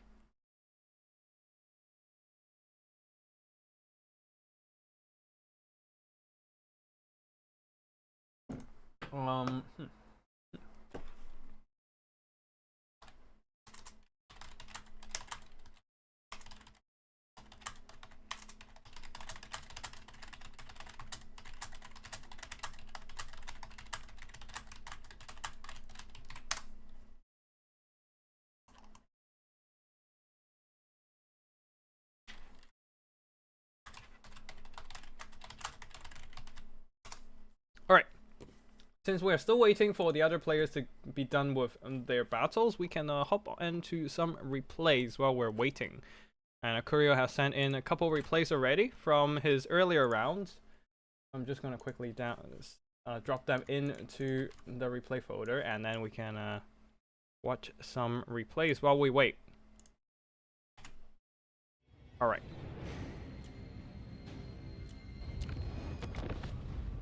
Let's see, we have Lizaman versus Grand Cathay in this first one here. Kurio going with Lizaman, Dragash going with Cathay. Lizaman here going with a mass skink build with some Kroxigor support, front line of skink cohort, backed up by a few units of skink Javies and 3 more red crested skink units. So a lot of javelins, providing some nice firepower and also chaff. Red Crested being the more cost-efficient attacking infantry of the Lizardman army. They are gonna be responsible for breaking the enemy shield wall of Jade Warriors. Crossagores, a couple Feral Bastillodon. They are quite cheap, so making nice, big, high mass, single entity terror piece to smash through the enemy front line while not costing you an arm and a leg, really, unlike the Dreadsaurian. One Spear Riders at the back there, and leading the army is Nakai. Is it Nakai or is it an ancient Crossbow? No, Krogar. Krogar, and supported by Skink Priest of Beast with Flock of Doom and Flock of Doom only, while the Grand Cafe having those Grand Cannons already annihilating the HP bar of Krogar there. Though Krogar not going down without a fight, nuking out 2 of the Grand Cafe artillery models with the Hand of the Gods. Really nice use of the ability there, though he needs to get the hell out of there before he gets shot again by those Grand Cannon artillery. He needs to do some zigzagging and dodge the shots, and yes, he's doing that right now, avoiding being blasted to smithereens by those Grand Cafe firepower, while the rest of the Lizardman units are slowly advancing. We're just gonna fast forward here. The rest of the Grand Cafe army is just boxing up with Peasant Long Spears and Jade Warriors, and some Jade Warrior halberds at the back as well. The Grand Cannons are abandoning artillery. No, they're pushing up a bit, trying to reach the Lizardmen, who are just trying to retreat, holding back a lot of their army here. And yeah, just trying to get the point and be done. So the Jade Lancers are going to move up and trying to run down on those Skinks. While the Skink Javelins are opening up and trying to whittle down their HP, doing a lot of good damage, as the Jade Lancers couldn't retreat in time. A second Hand of the Gods there, nuking down another unit of the Grand Cannon artillery. So down to 2 models of Grand Cannon artillery on both sides. Though the Lizardman units, the main formation doesn't take a lot of damage, but the Court of Sotek advanced a little bit too far ahead and got absolutely showered by crossbow bolts. A Flock of Doom is coming in, starting to drain down the health of Jade Warriors Lances and some Jade Warriors crossbows in the center as well. The Grand Cannon continues to fire, now trying to poke at the Croxagore and the Quan Spear Riders, while Krogar, not having any more uses of Hand of the Gods, needs to figure out a way to shut down those Grand Cannon artillery. Otherwise, the Grand Cafe army will slowly inch forward until they occupy the capture point and just hold at that point. And yeah, maybe it's time to send up some Skink Cores to try and pin down the advance of the Jade Warriors. Yeah, right now the Grand Cafe advance is just very cautious, but very steady. It's a grinding advance, really. Just keeping the enemy pinned down to firepower while the infantry push up and occupy more and more ground in the front line. Finally, the Skinks are charging in, but the Court of Souls are taking too much damage from those crossbows. They have turned on their Refuse to Die ability, but once it wears off, they are going to start to die, however much they refuse to do so. And yeah, the Skink Cords are doing their job there, pinning down the enemy advance, preventing them from getting onto the capture point. While the victory points, the victory tickets continues to trickle in. More Flock of Dooms coming in, hitting 4 or 5 units at once. Really nice cast. 6 units at once, perhaps. A really nice use of the ability, draining away the Cafe units slowly but steadily. The Croxagores are holding back a little bit too long there. Just keep getting blasted by various Grand Cannon units. And there are no flanking units to threaten the Grand Cannons, even if they are exposed. Because, yeah, the Cold One Cavalry are being dealt with by the Grand Cannons, and the Crowmen we saw earlier jumped down as well, trying to clean them up. Now, really nice breath attacks. The Dragon's Breath spell from the Jiaoming Iron Dragon there, just blasting up those lightly armored Skink Cords. But yeah, now the Croxagores are activated finally, as they were too busy dealing with the backline flying attacks. Now they're jumping onto the Grand Cannons, finally shutting them down, despite they have already earned back their valor, just trying to prevent further damage since they still have a lot of ammo left. Maybe it's time for that Feral Bastillodon to just move over and disrupt the Grand Cannons at least. But yeah, overall the Grand Cafe troops are in a mass exodus. They have been whittled down through a bunch of Flock of Dooms. How much damage has he done? Skink Priest. 1,200 worth of damage valor. Really nice stuff with the consistent Flock of Dooms against a bunch of Cafe units. And the anti-infantry armor-piercing damage of the Crossagore, the Feral Bastillodon, and now some fresh Red-Crested Skinks are also jumping in as well. The terror from the Feral Bastillodon coming in really handy, just pushing back all these Grand Cafe troops, and on top of that, more Flock of Dooms coming in, dealing the killing blow against these tattered Jade Warriors and whatnot. And the The Grand Cafe army, despite having very strong firepower, are not designed to push up. I guess if they could have just sat on top of the hill and just keep shooting in a land battle, this could have been a very different. This could have been a very, very different scenario. But the Lizardmen here just kind of hold on to the initiative by occupying the capture point, forcing the Grand Cathay army to abandon their position and move up, and getting those Grand Cannons to the front. And they're not shooting all the time. So a lot of the time they're moving up, they're just kind of not shooting, idling, and wasting some time, giving more time for the Lizardmen to capture the victory tickets. And once the Grand Cathay army moved to the front line there, the skin cords are being sacrificed to hold back those peasant long spears and whatnot, forcing more and more Grand Cathay resources onto the front line, trying to break through the skink infantry and get to the capture point. But unfortunately, this gave the Kroxigor some gap to just push through, and also the bunch of units gave the Flock of Dooms some amazing opportunities, some juicy Flock of Dooms there, draining down those Grand Cathay armored infantry, and yeah, just kill them without them going into the fight. You can see most of the skinks didn't actually do that much damage. Most of the damage were done by either the Kroxigors or the Flock of Dooms here, and a bit coming from the Hand of the Gods from Khorgar, sniping out basically a whole unit of Grand Cannon firepower. I actually did not thought about using Khorgar in a artillery firefight with the Hand of the Gods. I always thought it's a good character sniping ability, but actually now that I've seen it, yeah, it's actually really good at killing artillery too. High damage, tracking projectiles, so good accuracy, and yeah, good stuff there. Interesting use of the abilities and items.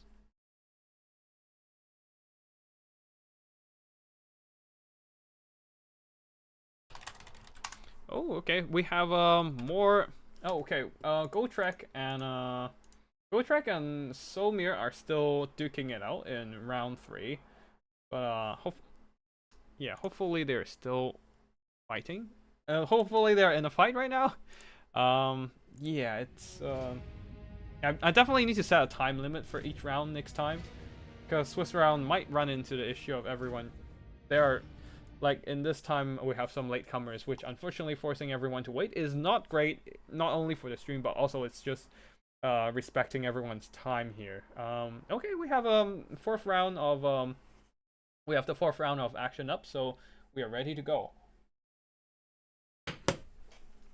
Looks like we are getting a buy round, so we might actually jump into one of the player rounds here. Yeah, we might actually just jump into one of the player rounds and see what happens. We don't have a game right now since we got a buy round, so yeah, let's see what happens.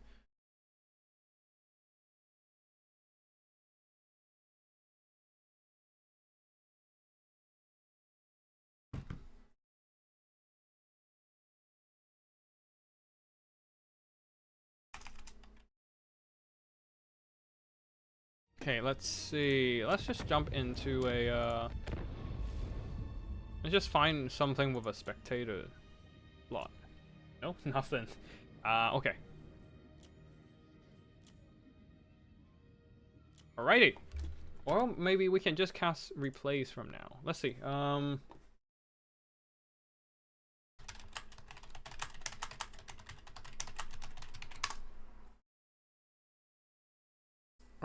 Alright, cool. Courier has a spectator slot, so I'm just gonna jump over. Cheers, mate. Thanks for setting that one up. Let's see.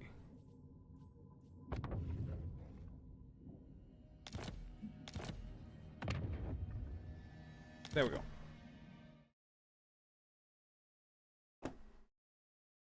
And out. Screen blocker. Lizardman versus Skaven, that is a grudge match for sure. And it's Power versus Curio. Let's see what happens here. Let's see what the players are going to bring to the table. Once again, no active healing allowed, but self-healing. For example, the Too Horrible to Die of the Help It Abomination ability. Either you get a burst heal or you just die and spawn a bunch of clan rats. 50-50 gambling ability. Yep, that is allowed. As for the Lizardman side, they cannot bring Apotheosis from Mazdamundi. They cannot bring a Life Slant and bring Earthblood and Regrowth. They cannot bring a Rev Crystal, so that does limit some of their tactical options. But Lizardman is not exactly a faction that relies entirely on healing, so there is definitely some options for them to figure out. So yeah, we shall see what happens here as we await their army choices.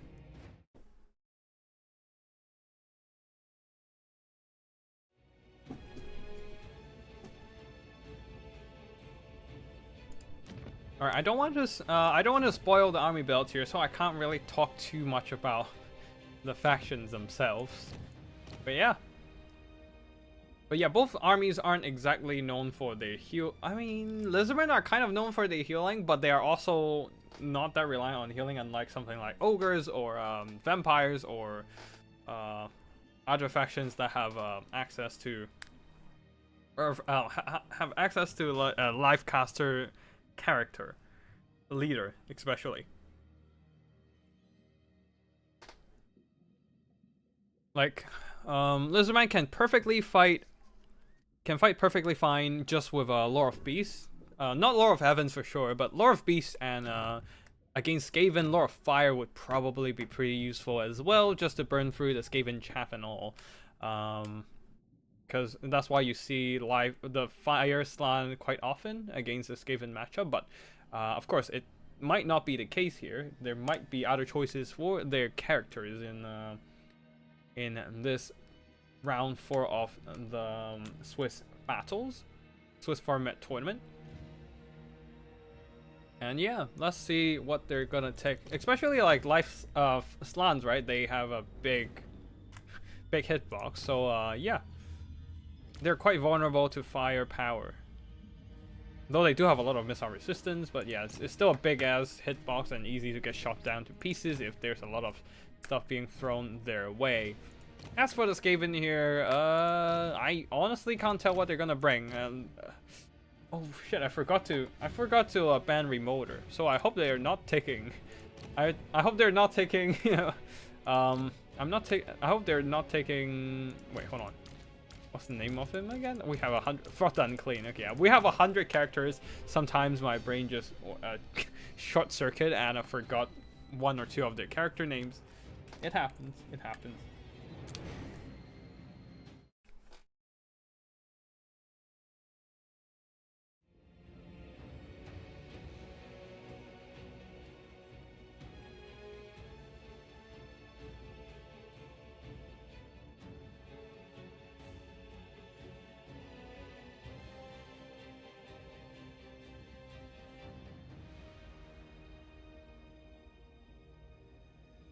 Okay.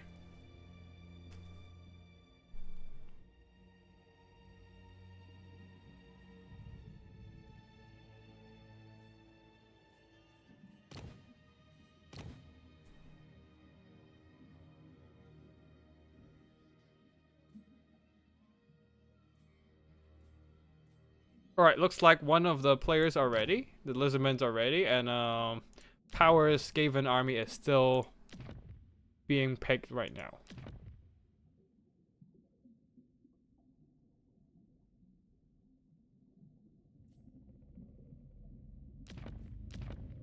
Oh, the Lizardman has a perfect army with 0 gold left over. That is gonna be good. On a luck perspective, that is like the best blessing your army can get. But of course, that does not guarantee a win.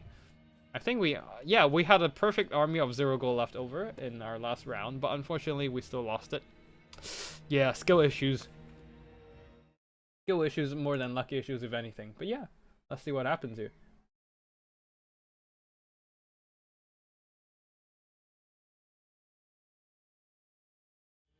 Alright, looks like the Skavens are also ready.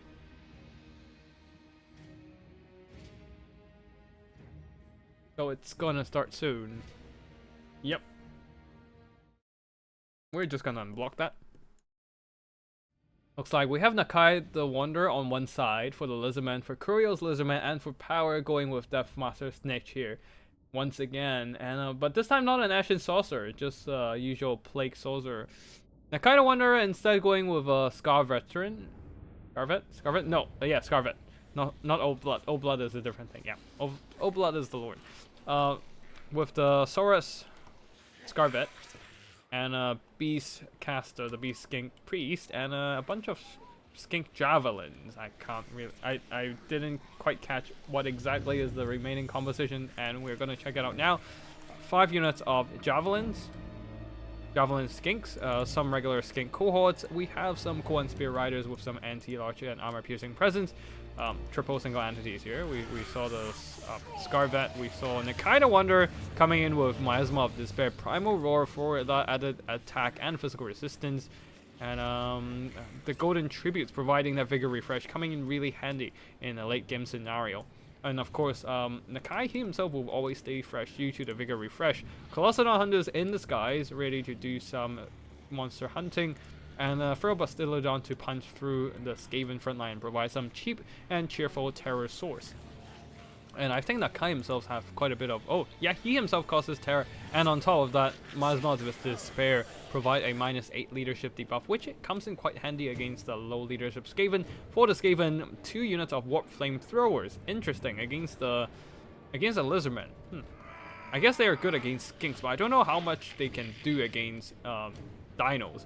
But yeah, they can do some really good damage if there are some Colossadon Hunters dropping on them. Due to their great high missile strength and the low armor of the Colossadon Hunters. They also have magical damage, so yeah. Bypasses physical resistance if there is any. I don't think there's any on the field though, so there's that. Flame Rats and some Ashen Triads. I do like this pick against the Lizardmen. They do armor piercing, armor sundering, and anti-large, making them great for just charging into a dino and chopping them down. It's just that they're not exactly the best, the tankiest unit. They're very fragile, low armor, relying on physical resistance, which isn't great, which isn't a lot as well. And a low model count in terms of Skavens, which means they don't have the most HP either.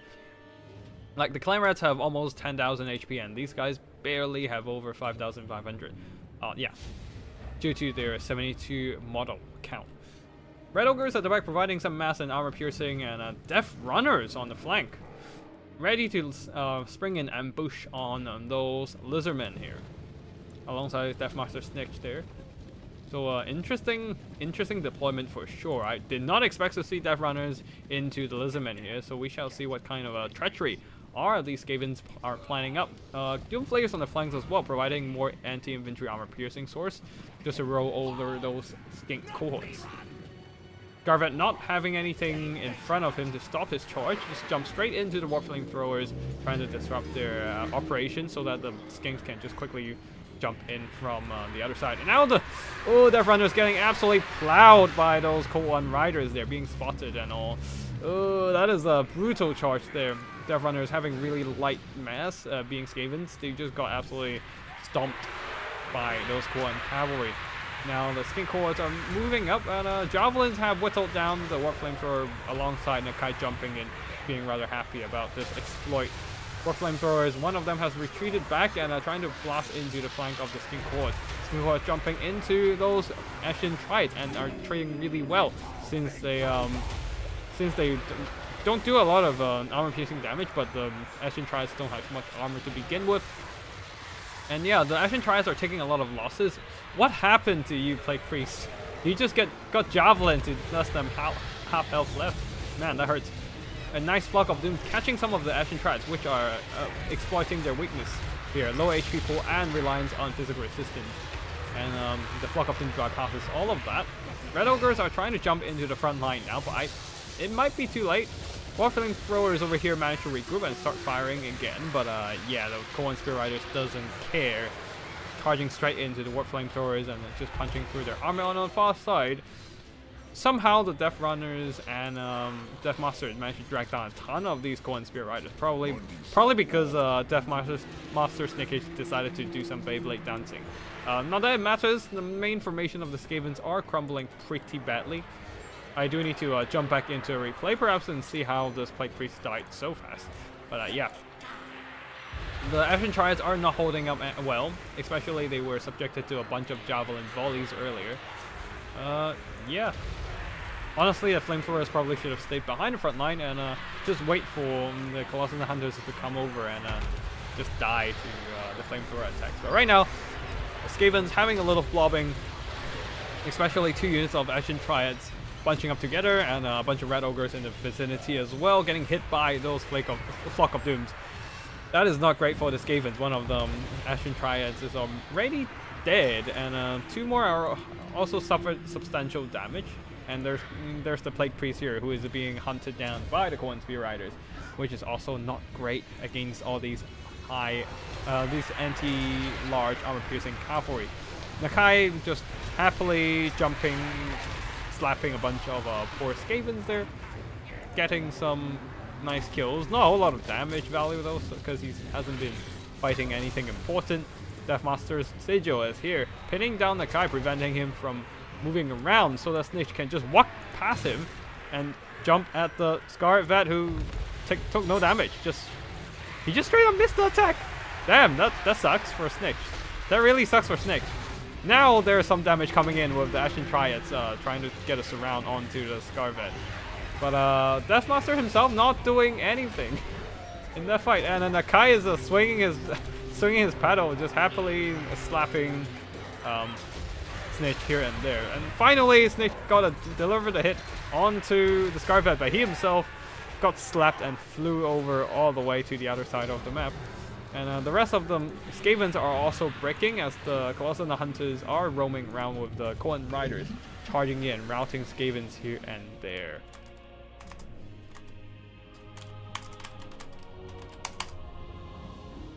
Ah, shit. I might have overwritten a certain replay file, whatever. I don't think that's important here, but yeah. The Skavens unfortunately not quite equipped to deal with a mass skink rush here. A lot of skink bodies, a lot just charging straight in, and the Ashen Triads are not designed to fight against so many chaff at once, and also being drained down by Flock of Dooms. Really nice damage from the Skink Priest here, and the characters did alright, slapping Snitch around with Nakai's paddle. But yeah, most of the damage pretty much being done by the Corn Riders, just charging in and running over the Death Runners and running down the weapons teams. And Colossus and the Hunters took no losses in the fight. They probably lost some HP, but that doesn't count. You don't even see it in the end game HP bar here. Well, the Skavens, unfortunately, the flamethrowers really didn't do much. Being immediately threatened by the javelins and being pushed by a bunch of characters, by a bunch of skink chaff. Yeah. That is gonna be GG for this round. Do we have other rounds here? Oh shit, one of the players still playing. He got 25%. That guy's really good against low leadership faction. He has multiple leadership debuffs, yeah. And he got 25 missile resistance and 10 would save from passive ability. So not as vulnerable to Skaven Snipe. That is true. I forgot about his passive 10%. Is that the Golden Tribute? Yeah, he doesn't have multiple debuff. He has the Miasma of Despair, but he himself causes terror. So I guess that also counts as a leadership debuff, which works out, I guess. But yeah. That is an interesting build, and that actually works out pretty well in this case.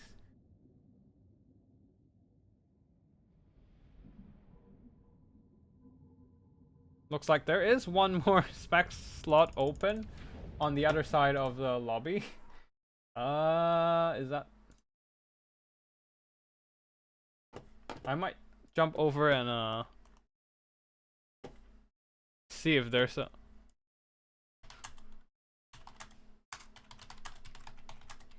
I'll jump over to cast then.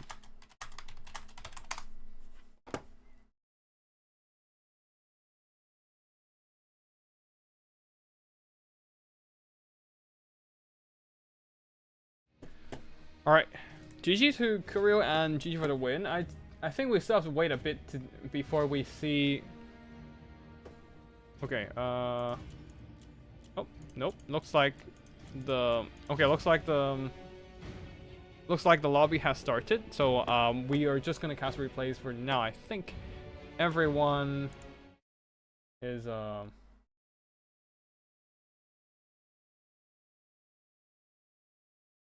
Yeah, everyone is just gonna is in a game or has finished their game. Yeah. All right, we're just gonna jump into replays here. All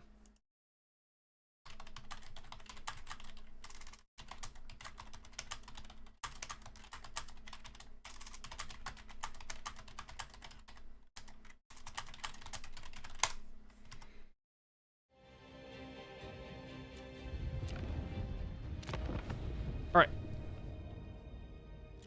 So next up we have Lizardman once again, since these are curios. Oh, actually no. You know what? I'll get some Dark Elf replays from Chain Soldier, and we can mix up the games a bit. Yeah, let's do that, so that we don't just keep spamming Lizardman replays again and again. All right, let's just jump into this one. Dark Elf versus Tomb Kings. Dark Elves from Chain Soldier versus Persian Warrior with the Tomb King's army. Unfortunately, Persian Warrior had to go since the first round delayed a little too long there. But yeah, we still have the games in, so we would cast them and honor these battles. Chain Soldier going with a High Beast Master as the Lord. I honestly don't expect that. But yeah, High Beast Master is a surprisingly underrated Lord. Like, he is not that meta because he doesn't have spellcasting abilities, he doesn't have healing, but Tormentor Sword can be quite strong, as it can pin down the enemy units, preventing them from moving, so that you can set up a snipe or something. And for the front line here, a bunch of Dread Spears, and supported by 4 whole units of Dark Riders repeater crossbows, Koan Knights on the left flank, and yeah, just 4 Koan Knights. So quite a meta build with a lot of strong units, Reaper Bolt throwers. And the Dark Riders are basically a fast-moving missile infantry with lower model count. So like, they don't really skirmish since they don't have 360 shooting, but what they're good at is quickly repositioning either away from the threat or just quickly close in on the target and just shoot the hell out of them. Spellcasting wise, Fire Sorcerers with Burning Head and Burning Head only. As for the Tomb Kings, a lot of single entities here. I'm a bit worried. 2 Arrow Titan, Stetra the Imperishable on the War Sphinx with Osirian's Incantation of Vengeance and Neru's Incantation of Protection, Japh's Incantation of Cursed Blade. So some very standard spell. One is for damaging, one is for tanking, and one is for boosting weapon damage. Potentially can be spammed just to get those passive Restless Dead Lord of Nehakara healing. Other than that, for the infantry wise, a bunch of skeleton warriors and some skeleton horsemen as well. And that is all for the main Tomb King's army. There are also a few skeleton chariots ready to do some kiting, but can they outrun the Dark Riders? I am quite doubtful. On top of that, the Tomb King's army will be continuously harassed by the repositioning Dark Elf repeater crossbow missiles, and also Reaper Bolt Flourish just poking health away from those single entities here. Looks like we have some Shim's Burning Gaze being launched towards these Reaper Bolt Throwers, but unable to kill any of those. Oh wait, no, killed one of those Reaper Bolt Thrower model. Still doing some okay damage, I guess, but yeah, nothing too substantial here. And the skeleton warriors are moving up, forming a box around the single entities here, while the Arrow Titan just trying to fall back at this point. Looks like here comes the Spear Leech onto the High Beast Master. Wait, is there? Oh yeah, this from the Arrow Titan, who do have some bound Spear Leeches. Trying to make sure the High Beast Master is getting drained down, being targeting the leadership of the Dark Elf army. Also, Assyrian's Incantation of Vengeance can do some really nice damage over time against the enemy's cavalry units. Looks like High Beast Master is flying around using the Tormentor Sword, pinning down Cetra, and while the rest of his units here are trying to position for a character snipe. Koan charging into the Skeleton Horsemen sacrificing themselves to save Cetra, who was temporarily immobilized by the Tormentor Sword. And you can see the Skeleton Horseman just got evaporated by these half-health Koan Knights. Now Cetra is recovering from the temporary immobilization effect. Now jumping towards the Koan Knights, trying to dragged some of them down. At the same time, really nice micro from Persian Warrior here, just sending out one of the Skeleton Horsemen to push back those Dark Riders here. The Dark Riders had no choice but to fall back unless they want to get dragged into a melee engagement that they rather not be in. Koan Knights once again being targeted by the Osirian's incantation of Vengeance. And being pressured by the Horsemen, Skeleton Horsemen a bit, they are taking more and more damage, might actually just break from there. While the Aero Titan are just hanging out around the square of these Skeleton Warriors who are being occasionally charged, psycho charged by the Koan Knights. Speaking of Koan Knights, they managed to catch one of the Skeleton Horsemen here, and did some pretty nice damage, but Cetra is coming back to help, while the drained Koan Knights unit, being drained by the Osirian's Incantation of Vengeance, are forced to fall back. Looks like the Dark Elves have caught the capture point like 2.5 minutes ago, so they're just getting some victory tickets trickling in, while the rather very meme build of Persian Warrior unfortunately is stuck in a really awkward situation. The skeletons can't really push up lest the Aero Titan wants to fall victim to the enemy armor-piercing fire. The Skeleton Archer Chariots are kiting, but they're not doing a whole lot of damage. Cetra tries to jump into the front line and take a fight, but he got immediately pinned down by Tormentor's Sword and just gets showered by armor-piercing crossbow bolts. Double Shim's Burning Gaze did some okay damage to the High Beast Master, but unfortunately the main problem here, the Reaper Bolt Throwers, are just not dealt with. One of them is down to 2 models. Both of them are down to 2 models. Probably got shot a few times by either the Skeleton Arch Chariots or another Shim's Burning Gaze here or there. But I think, they don't have 3 Shim's Burning Gaze, they have 2. So probably they just lost some HP from and models from being shot by Archer Chariots. Either way, Skeletons are trying to push up, but most of the Horsemen has been dealt with by now. Some of them being sent rather aggressively to try and pressure those Dark Riders, but unfortunately they couldn't quite do that. And looks like the meme build unfortunately just ran into like a rather meta build, and they are just gonna they are being kited to death right now, quite unfortunately. We're just gonna fast forward and call it a day, but yeah, that was quite unfortunate.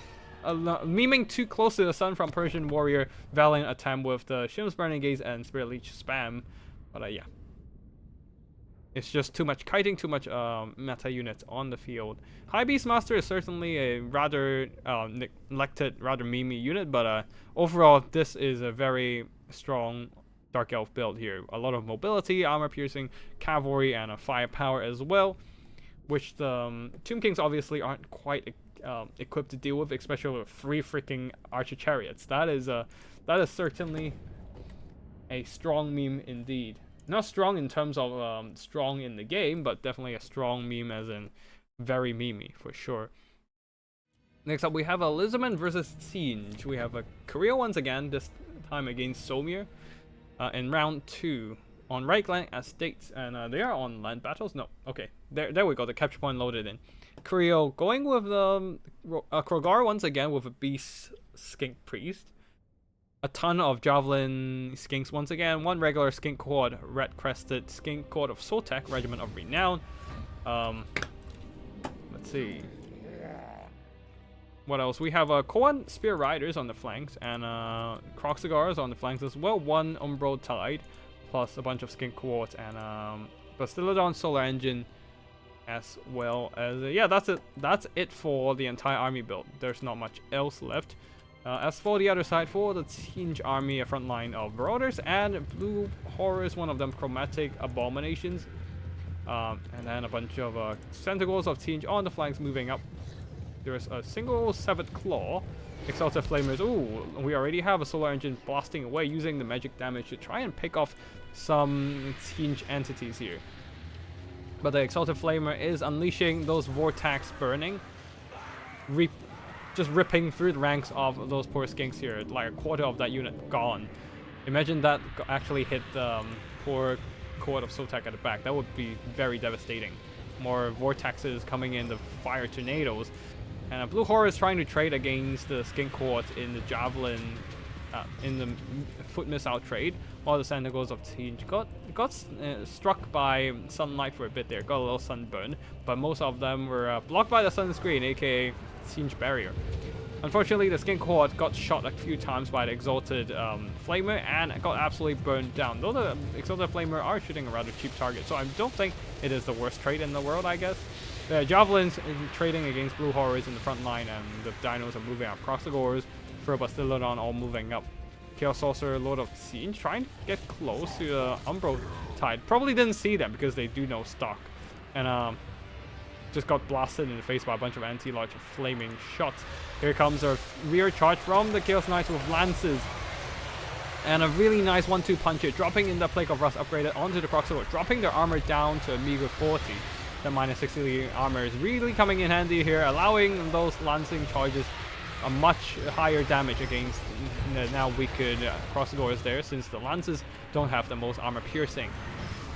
On the flank there, the Skinks are trying to push by being pinned down by the Marauders of Siege and being shot by the Blue Horrors, who are not really shy from melee combat, while the Crossagores are over here are being routed by the Plague of Rust and Lancing Charge combo. But then there are some Coal and Spear Riders coming in as like a rear charge. And the Chaos Knights are being targeted this time. They are forced to pull back, while the Blue Horrors are on the verge of crumbling away. And nope, they are indeed crumbling away.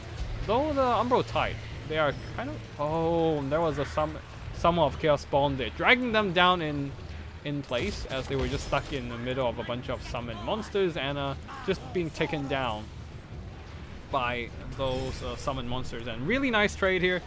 The Chaos Spawns certainly earning their worth of money. They cost like, what, 200 gold max for an item, getting 500 value, and routing off the Umbro Tide certainly made their money back. Anyways, a Court of Sotak, they're refusing to die, and they're not refusing to die now, but they're just trying to fight to the last man. They're unbreakable indeed. Some of them managed to get a little bit of a surround onto the Severed Claw, though I don't think they can win out this fight. Eventually they'll probably lose it, unless they have another refusing to die in their back pocket to keep the last handful of their units alive and drag down a few more HP from those Severed Claw. Crossagores are pushing on the flanks. The Skinks are mostly dealt with, being blasted to pieces by the Exalted Flamer and the Blue Horror's Warp Flame, while the Crossagores are under crossfire now, getting shot by the Blue Horrors here and there. Okay, what's happening over here? Coal and Spear Riders trying to get a fight against the Chaos Knights of Siege with lances, but they did get hit by a Plague of Rust earlier and a Searing Doom, and in the end the Chaos Knights managed to pull this fight around. Is that a Hand of the Gods? Unfortunately, not the best shot here. Just, I think a bunch of the missiles struck the ground or something, didn't actually hit the model, so not doing a whole lot of damage. And now the Chaos Knights of Lances are trying to run down these Skinks, though they're being rather bogged down, and Crossagores coming their way. They're so tattered I don't think they can get out of that alive and intact. At least the Chaos Saucer Lord of Siege is dropping in to deal with those Umbro Tide. And the Severed Claw is still very much healthy. Blue Horror is still all over the place and trying to survive here. Exalted Flamer are... Okay, he needs to start running and stay away from Krogar. He still has some ammo ready to finish off some more Lizardman units. For example, this little blob of Umbro Tide here. If they can get a single shot out, that would be nice. Or even just clean up some of the Skinks would be nice too. Well, the Slanesh army, Siege army don't exactly have a lot of tools left on the field. Just a lot of Blue Horrors. Severed Claw is probably their best bet on killing things. The thing is, they're a heavy infantry, and it's hard for them to get the fight they want unless the opponents come to them, because they don't have the mobility and they don't have the crowd control to drag enemies into the fight. So yeah, it is pretty much relying on infantry for Siege to do the job. But the problem is, I don't think Lizardmen will give them the chance. They have a lot of mobility left, and a fast enough mobility to just run around and get to places, avoid engagements, and try to pick the fights they want. Unfortunately, it seems like the Umbro Tide didn't spot the Searing Doom in time and just got finished off by the spell. While over here, a Bolt of Change coming in. Krogar is still going after the Exalted Flamer, while the Blue Horrors are not actually helping out the Exalted Flamer. The Exalted Flamer is screaming for help. He needs to get into some infantry who can distract Krogar at least momentarily, because right now he's just constantly getting struck by Krogar, and okay, that is just going to be the final hit, or maybe the second to the last hit, and one fell swoop would be the end of the Exalted Flamer. Now it is just a Flock of Doom time. Lizardmen are going on a full-on kiting. The Zandikors are trying to trade against the Koan Spear Riders, but unfortunately the Bastillodon is just going to jump in, terrify them, and force them to back the hell out of there. The Blue Horrors are still there. Their leadership will still be positive for a while. The thing is, Flock of Doom and the Bastillodon Solar Laser would be their end. It just... Okay, I did not realize there is a back pocket final transmutation there. Shutting down the Skink Priest and doing some substantial damage to Krogar. So I guess Tzeentch still have some chance to come back. Another Bolt of Change coming in to snipe out Krogar. It's hard to dodge away from that army ability. It tracks after all, but why is it... Okay, yeah, I think it landed a hit, and then a really nice 1-2 punch once again. Plague of Rust debuffing Krogar's armor, and on top of that, the Blue Horror shots coming in, just whittling down the Krogar however the Tzeentch units can. And then on top of that, the Chaos Sorcerer Lord of Tzeentch being on a flying disc of Tzeentch. He managed to get the initiative in this duel here, getting the charge onto Krogar, getting a couple hits. Not a lot of damage since he does not do primary armor piercing, but just good enough to combine with that leadership debuff from the being shot and by the enemy missiles, just to rout off Krogar. And once he goes into routing, there's no coming back for the Lizardmen, as the Chaos Lord of Tzeentch can just chase him down and finish him off. Now it is down to just the Feral Bastillodon and the and the Solar Engine now. I mean, if it is just the Blue Horrors and the Chaos Lord, there might still be a chance here for the Solar Engine to just blast the Blue Horrors, and then the double Feral Bastillodon just headbutt the Chaos Sorcerer Lord to death. But here comes the Severed Claw, and they are experts in killing monsters with their halberds and elite aspiring champion melee stats. Of course, they're tired, exhausted now, so of course their combat performance is diminished, but same goes for the rest of the Lizardman army here, the two giant beasties. And that is going to be army losses here, a little bit of an anticlimactic end, since the Severed Claw is still marching towards their targets. Man, they're such a badass looking unit. I mean, of course, they're just a reskin. They're kind of just a reskin aspiring champions, but I do like them a lot with their glimmering blue armor and weapons. But yeah, seeing the aspiring champions closing in the Feral Bastillodon and Bastillodon Solar Engine lost all hope and decided to just bail out of there. And so is the end of this 20. Okay, hold on. Let me just... okay, looks like we have the final round of the Swiss format tourney done. And it seems like Solmir will be... Yeah, Solmir managed to get a win in the... hold on. Solmir, Chain Soldier, and Gotrek are kind of taking a lead. Solmir managed to get a bye round and didn't get a single loss.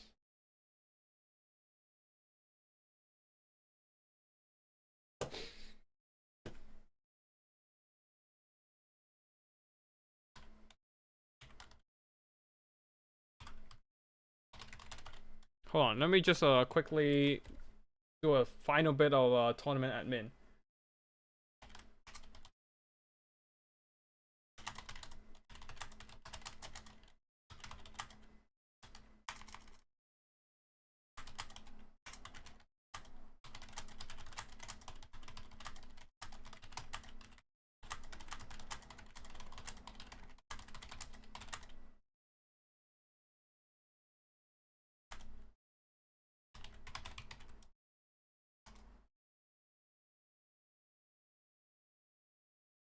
Okay, because we have a pretty awkward tie here. We have 3 players who won 3 games each.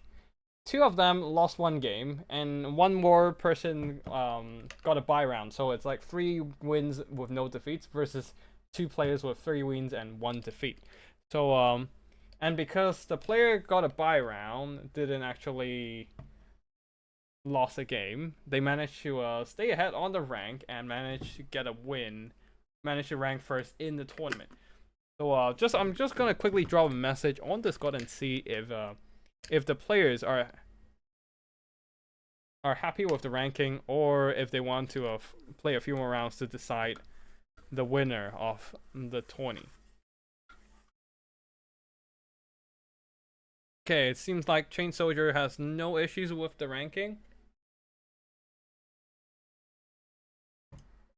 So I guess we can probably conclude. Like, if the other players either they don't reply or say yes or something, then we can just probably conclude this tourney. But before that, we can probably cast some more games here.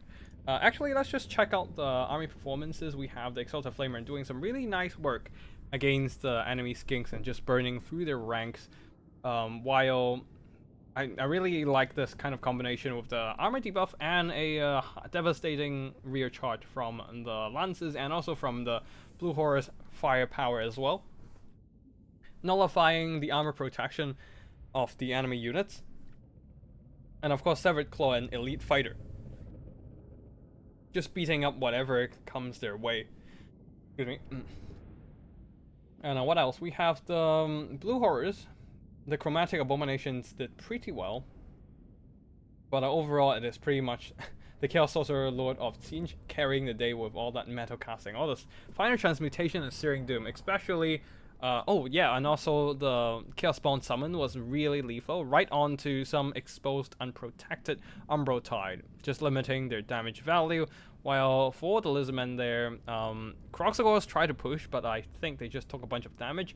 One of them just got rear charged by the Chaos Knights with Lances. The other probably got charged by the Zandagors, which I think I missed out a lot throughout the battle, so we might just jump back in to see what the Zandagors were up to throughout the battle. Krogar tried his best to carry the game here. It got some pretty good damage value, but unfortunately, the Bastillodon didn't do a whole lot of damage. The Soul Engine missed a lot of shots, unfortunately. And Krogar managed to get some good damage out, but in the end, this got whittled down by Final Transmutation and some Blue Horror Fire. Okay, let me just quickly jump back in just to confirm what happened with the Zandagors. This has to be indeed.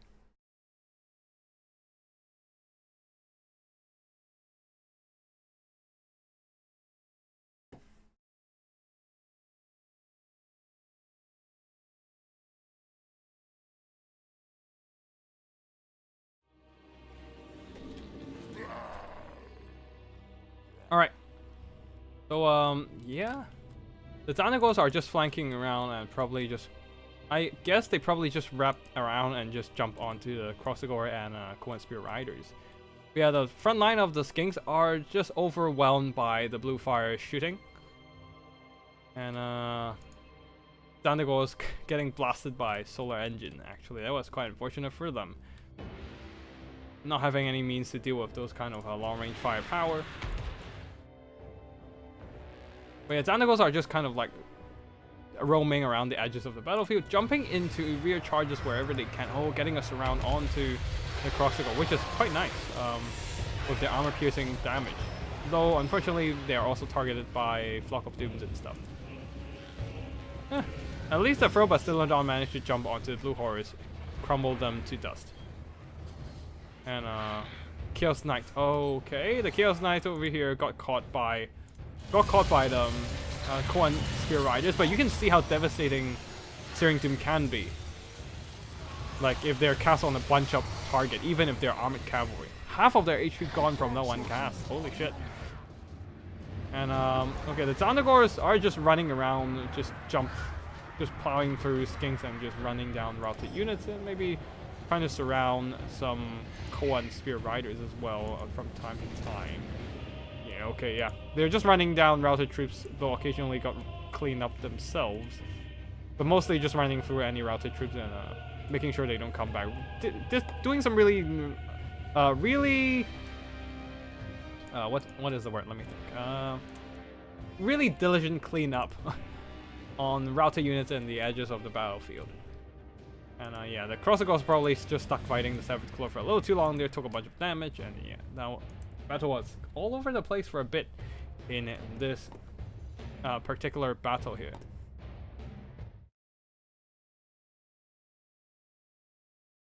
Yeah, I don't think we have any more I don't think we have any more replays, so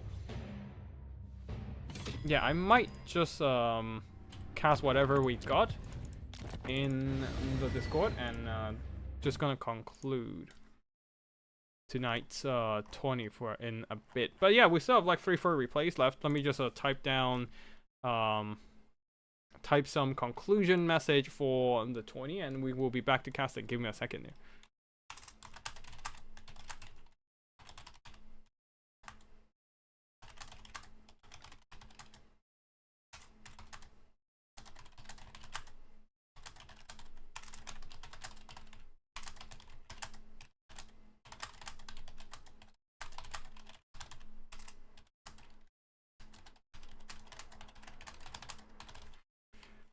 Right, yeah, sorry, give me a second there. Give me a minute or two, just type up some stuff for the 20 and then we'll be back to casting.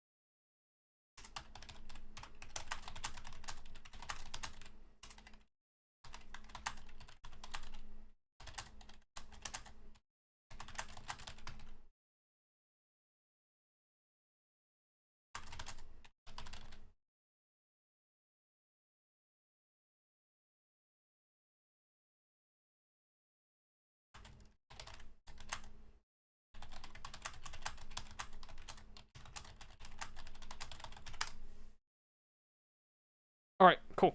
I'm done. Yeah. For everyone who has joined this tournament, I hope you had a fun time playing, and if you have any issues with today's arrangement, I apologize for that. First time doing a Swiss tournament, and I kind of spontaneously changed the 20 into the Swiss format, so I was not actually planning this well, which is definitely on me. I will try to lay down the rules better and make the experience a bit more fluid and more well planned than today. But yeah, for now we will just cast the remaining replays we received, and yeah, that is gonna be today's stream, I think. But yeah, okay, so we have two more replays on the menu. Wait, no, hold on. We've seen this. Yeah, we've seen this. So wait, hold on. Yeah, I think I did want to jump in and rewatch this replay for a bit there. No, it's fine. I think we don't have to. Okay, yeah, let's see. Lizardman versus Team, we just watched that. So, oh, I think that's it for today. Yeah, Chain Soldier versus Drugash, Dark Elves versus Grand Cathay. Wait, and we're seeing... Wait, and we're seeing Yuan Bo the Jade Dragon for once.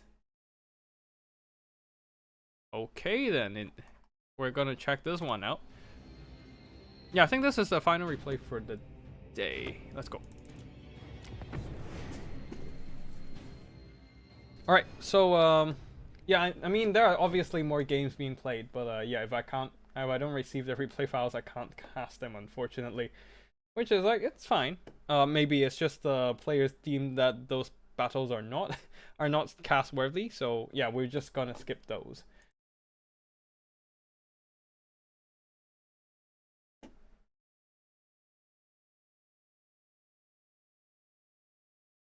Alright, so for this round of battle, let's slow down a bit because we do have some Vanguard action right on the edge of the map. Now, for the Dark Elf forces of Chained Soldier, actually just pause it. Sisters of Slaughter in the front line with a bunch of Bleak Swords, Dread Spears. Actually, there's just only one Sisters of Slaughter, Black Arquebusiers, and a ton of Koan Knights and on the flanks ready to deliver some anti-large armor piercing strikes. And there's also some Ferromanticore in the sky. Double Ferromanticore in the skies and a ton of Crows of Cain ready to jump onto enemy firepower. Sorceress of Bees with Flock of Doom, which is really good against this kind of blobbed up formation, especially if you just cast it into the right position. You can probably cover like 3-4 units of enemy troops, and that will generate a lot of value with the Flock of Doom. Yeah, that is basically it. Yeah, Flock of Doom is just really good against a tight box like this. And yeah, I can already foresee how much value that Supreme Sorceress is going to generate from all those casts. For the Grand Cathedral army here, Jade Warriors in the front line, plus a bunch of Peasant Long Spears forming a box formation using this kind of impassable rock as well. Tactical rock placement. Not really placement, but yeah, tactical rock. For the Grand Cathedral army here, Jade Warrior with halberds surrounding a ton of firepower, multiple Peasant Archers, multiple Iron Hail Gunners, 3 of them in fact, and 2 more Grand Cannons, trying to put that range pressure onto the Dark Elf troops and force them to come to the Grand Cathedral box and try to charge at those Long Spears and Jade Warriors. Yuanbo leading the army with Shim's Burning Gaze, Net of Emmentalk, the Dragon's Fang, Emperor's Executioner as well, and of course the transformation ability. I think he might just mostly stay human, just so he can deliver those executing attacks. And I'm glad he no longer has the normal executing trait. Like, he needs to activate the Dragon's Fang to get the executioner trait, otherwise he's a bit too strong. Yeah, but overall, of course, he's still not the strongest. Cathedral being rather expensive, and execution is very specifically designed to counter enemy characters. Anyway, speaking of characters, that Supreme Sorcerer forgot to dodge the Grand Cannon shots and getting absolutely hammered by the Grand Cathedral firepower. Though they decided to switch targets, because the Sorcerer has moved out of the firing arc, and this caused the Grand Cannons either losing a target or decided to switch to something else to have a more cost-effective engagement. In this guise though, that one lone regiment of renowned crowmen got jumped by 2 harpies and just got finished in this guise. I think one of the harpies, probably one of the harpies got routed from all the fire support as well. So, okay, all these harpies got routed. One crowman, one crowman is in exchange for 2 harpies got routed and is severely damaged. And the other healthier, undisturbed harpies decided to jump onto the Grand Cathedral box here. And we can already see those consistent Flock of Dooms coming in, slowly but surely putting a dent in the HP bar of all these Grand Cathedral troops there. Though the Harpies also taking a bunch of crossfire punishment and being forced back into the skies. Though the Ferromanticore is in, so there might be a terror coming for the Iron Hail Gunners and force them into a rout. We shall see here. There's no Zhangwu War Drum in this vicinity, so nothing is immune to psychology on the Grand Cathedral side other than Yuanbo himself. And Koan Knights are charging in since there is a little bit of a gap in that Grand Cathedral box. Some of the Peasant Long Spears are moving up to try and deal with the Sisters of Slaughter, but under those Flock of Dooms and the Sisters of Slaughter being an elite anti-infantry unit, elite fighter unit, like the Long Spears just got shredded in the process.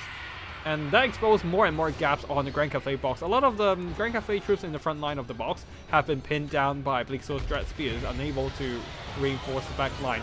So there are more and more flyers from those Dark Elf army just jumping into the back line there, shutting down the Crane Gunners, shutting down the Iron Hail Gunners, and disturbing those Grand Cannons. the Grand Cathay crossfire network is slowly being crippled, bit by bit. Yeah, they're slowly being suffocated by more and more Dark Elf troops pouring into the backline, preventing them from delivering more firepower. And if they can't shoot, that means the front line is basically on a countdown, slowly being cut to death by the superior Dark Elf troops. Yeah, now the Grand Cathay army has truly lost all their damage output until Yuan Bo decided to turn back into a dragon. Then maybe they have a better chance here. But yeah, most of the Grand Cathay firepower has been shut down, has been stifled. Though for some reason, balance of power is still in favor of. Oh, that's probably why. That's probably why. The Supreme Sorceress cannot afford getting into a fight again, unless she wants to get risk of executed by Yuan Bo in melee. But yeah, Yuan Bo has to turn into a dragon to aid the fight in front line now, since everything is routing on the Grand Cathay side. He alone is holding up like half of the balance of power. As the Grand Cathay troops are in a mass exodus. Some of them manage to regroup near the white line and maybe returning to the combat once again. But those harpies are a deadly influence on the battlefield. Just chasing off all these routed Grand Cathay troops, the Iron Hail Gunners, they just don't have a break. And now these Grand Cannon crew and peasant archers as well. The Grand Cathay infantry are mostly gone. Oh, it looks like Yuan Bo decided to go for a character snipe, and some regrouped Iron Hail Gunners managed to get a volley on her. Not doing a whole lot of damage though. But yeah, these units are mostly safe for now, since the Koan Cavalry and Flyers are too busy on the other side of the battlefield to chase down routed units. Crows of Cain are healing up. They only have 20 models left, but they're just chasing routed troops. And their Feast of Crow Feast ability is constantly active to give them HP replenishment. Not that they're getting any more, since they have filled up all their HP, all their unit model HP bar. We'll do a bit of fast forward here as the Dark Elves are hiding their leadership, just trying to stay the hell away from any sniping attempts. And Yuan Bo trying his best to pull it back, but he doesn't have any game-changing spells, unlike that of yeah, he doesn't have any game-changing spells or abilities in Dragon form, unlike that of Zhao Ming. He doesn't have the AoE damage of Dragon's Breath. He doesn't have the burst heal of Zhao Ming's Iron Burning from Braces. He just have a dragon model to strike at stuff. I guess can he activate? Yeah, he probably can activate Dragon's Fang, maybe. No, he might not be able to activate either of these. I'm not entirely sure. I haven't played him for a while, so I don't really remember. But either ways, it's not going to help him out here. Just being surrounded by Koan Cavalry, being surrounded by Dressbees, being poisoned by the Sisters of Slaughter. He is not fighting in his tip-top shape. Oh, and on top of that, his Jade Warriors are being drained down by Flock of Doom. He himself as well, but it doesn't do much against him. Oh, looks like the Supreme Sorceress, in order to drop that Flock of Doom, accidentally got ahead of herself and got dragged into a fight among a bunch of Pleasant Long Spears, taking a bunch of damage, routed. But either way, Yuan Bo has been routed, just stuck in this pitched battle against an overwhelming force of enemy. He is a dragon, but a dragon has its limit too. A lot of anti-large armor piercing in the vicinity, some poison as well, and then another monster just biting at his dragon scales. Yeah, that is going to be it. That is going to be RB losses for Grand Cathay, and that's going to be victory for the Dark Elves once again. And yeah, I think that is going to be it for today. I don't think I have any more replays left, right? Wait, hold on. Lizardmen versus Dark Elves. Did I not download that? Hold on, we might still have one more replay. Let me just quickly check. Oh wait, no. Yeah, let me just quickly. Oh yeah, I forgot about that replay. Okay, we still have one more replay left. Okay, which is good news. A little bit more action. Yeah.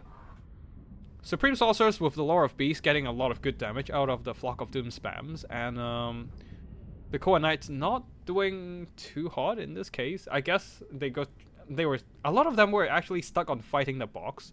But yeah, the right flank push from the Dark Elves here, just breaching the enemy front line, breaching the enemy peasant line with the Sisters of Slaughter and the Flock of Dooms combined, turned out really well for them. The Sisters of Slaughter quickly breaking into the enemy backline with the Flyers dropping in, shutting down the enemy missiles.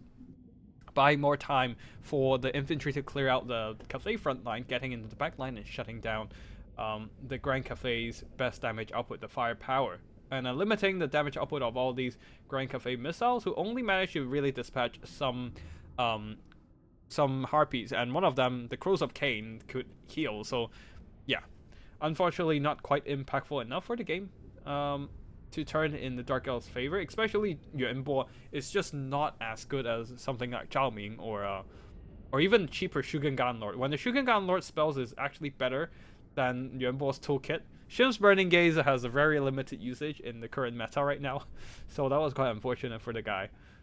Feel bad for him. His spell kit is just kind of shit outside of the net of Amentalk, honestly. And he can't cast the net of Amentalk in dragon form either. While stuff like characters like Zhao Ming, he can cast Dragon's Breath, which is great for clearing out chaff, and actually a decent spell. And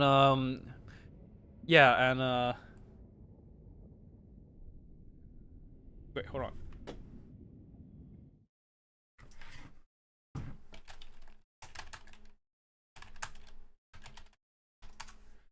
Yeah, Miao Ying actually can do some good damage with the Talons of the Night as well.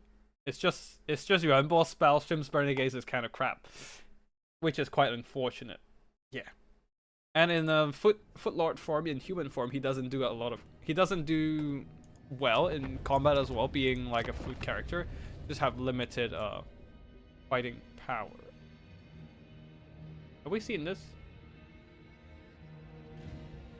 I feel like I've definitely seen. Oh, I don't think I've seen this. Oh, there's a Soul Stealer here. Unfortunate. We will see some Soul Stealer, but I think that should be fine. Whatever. Yeah.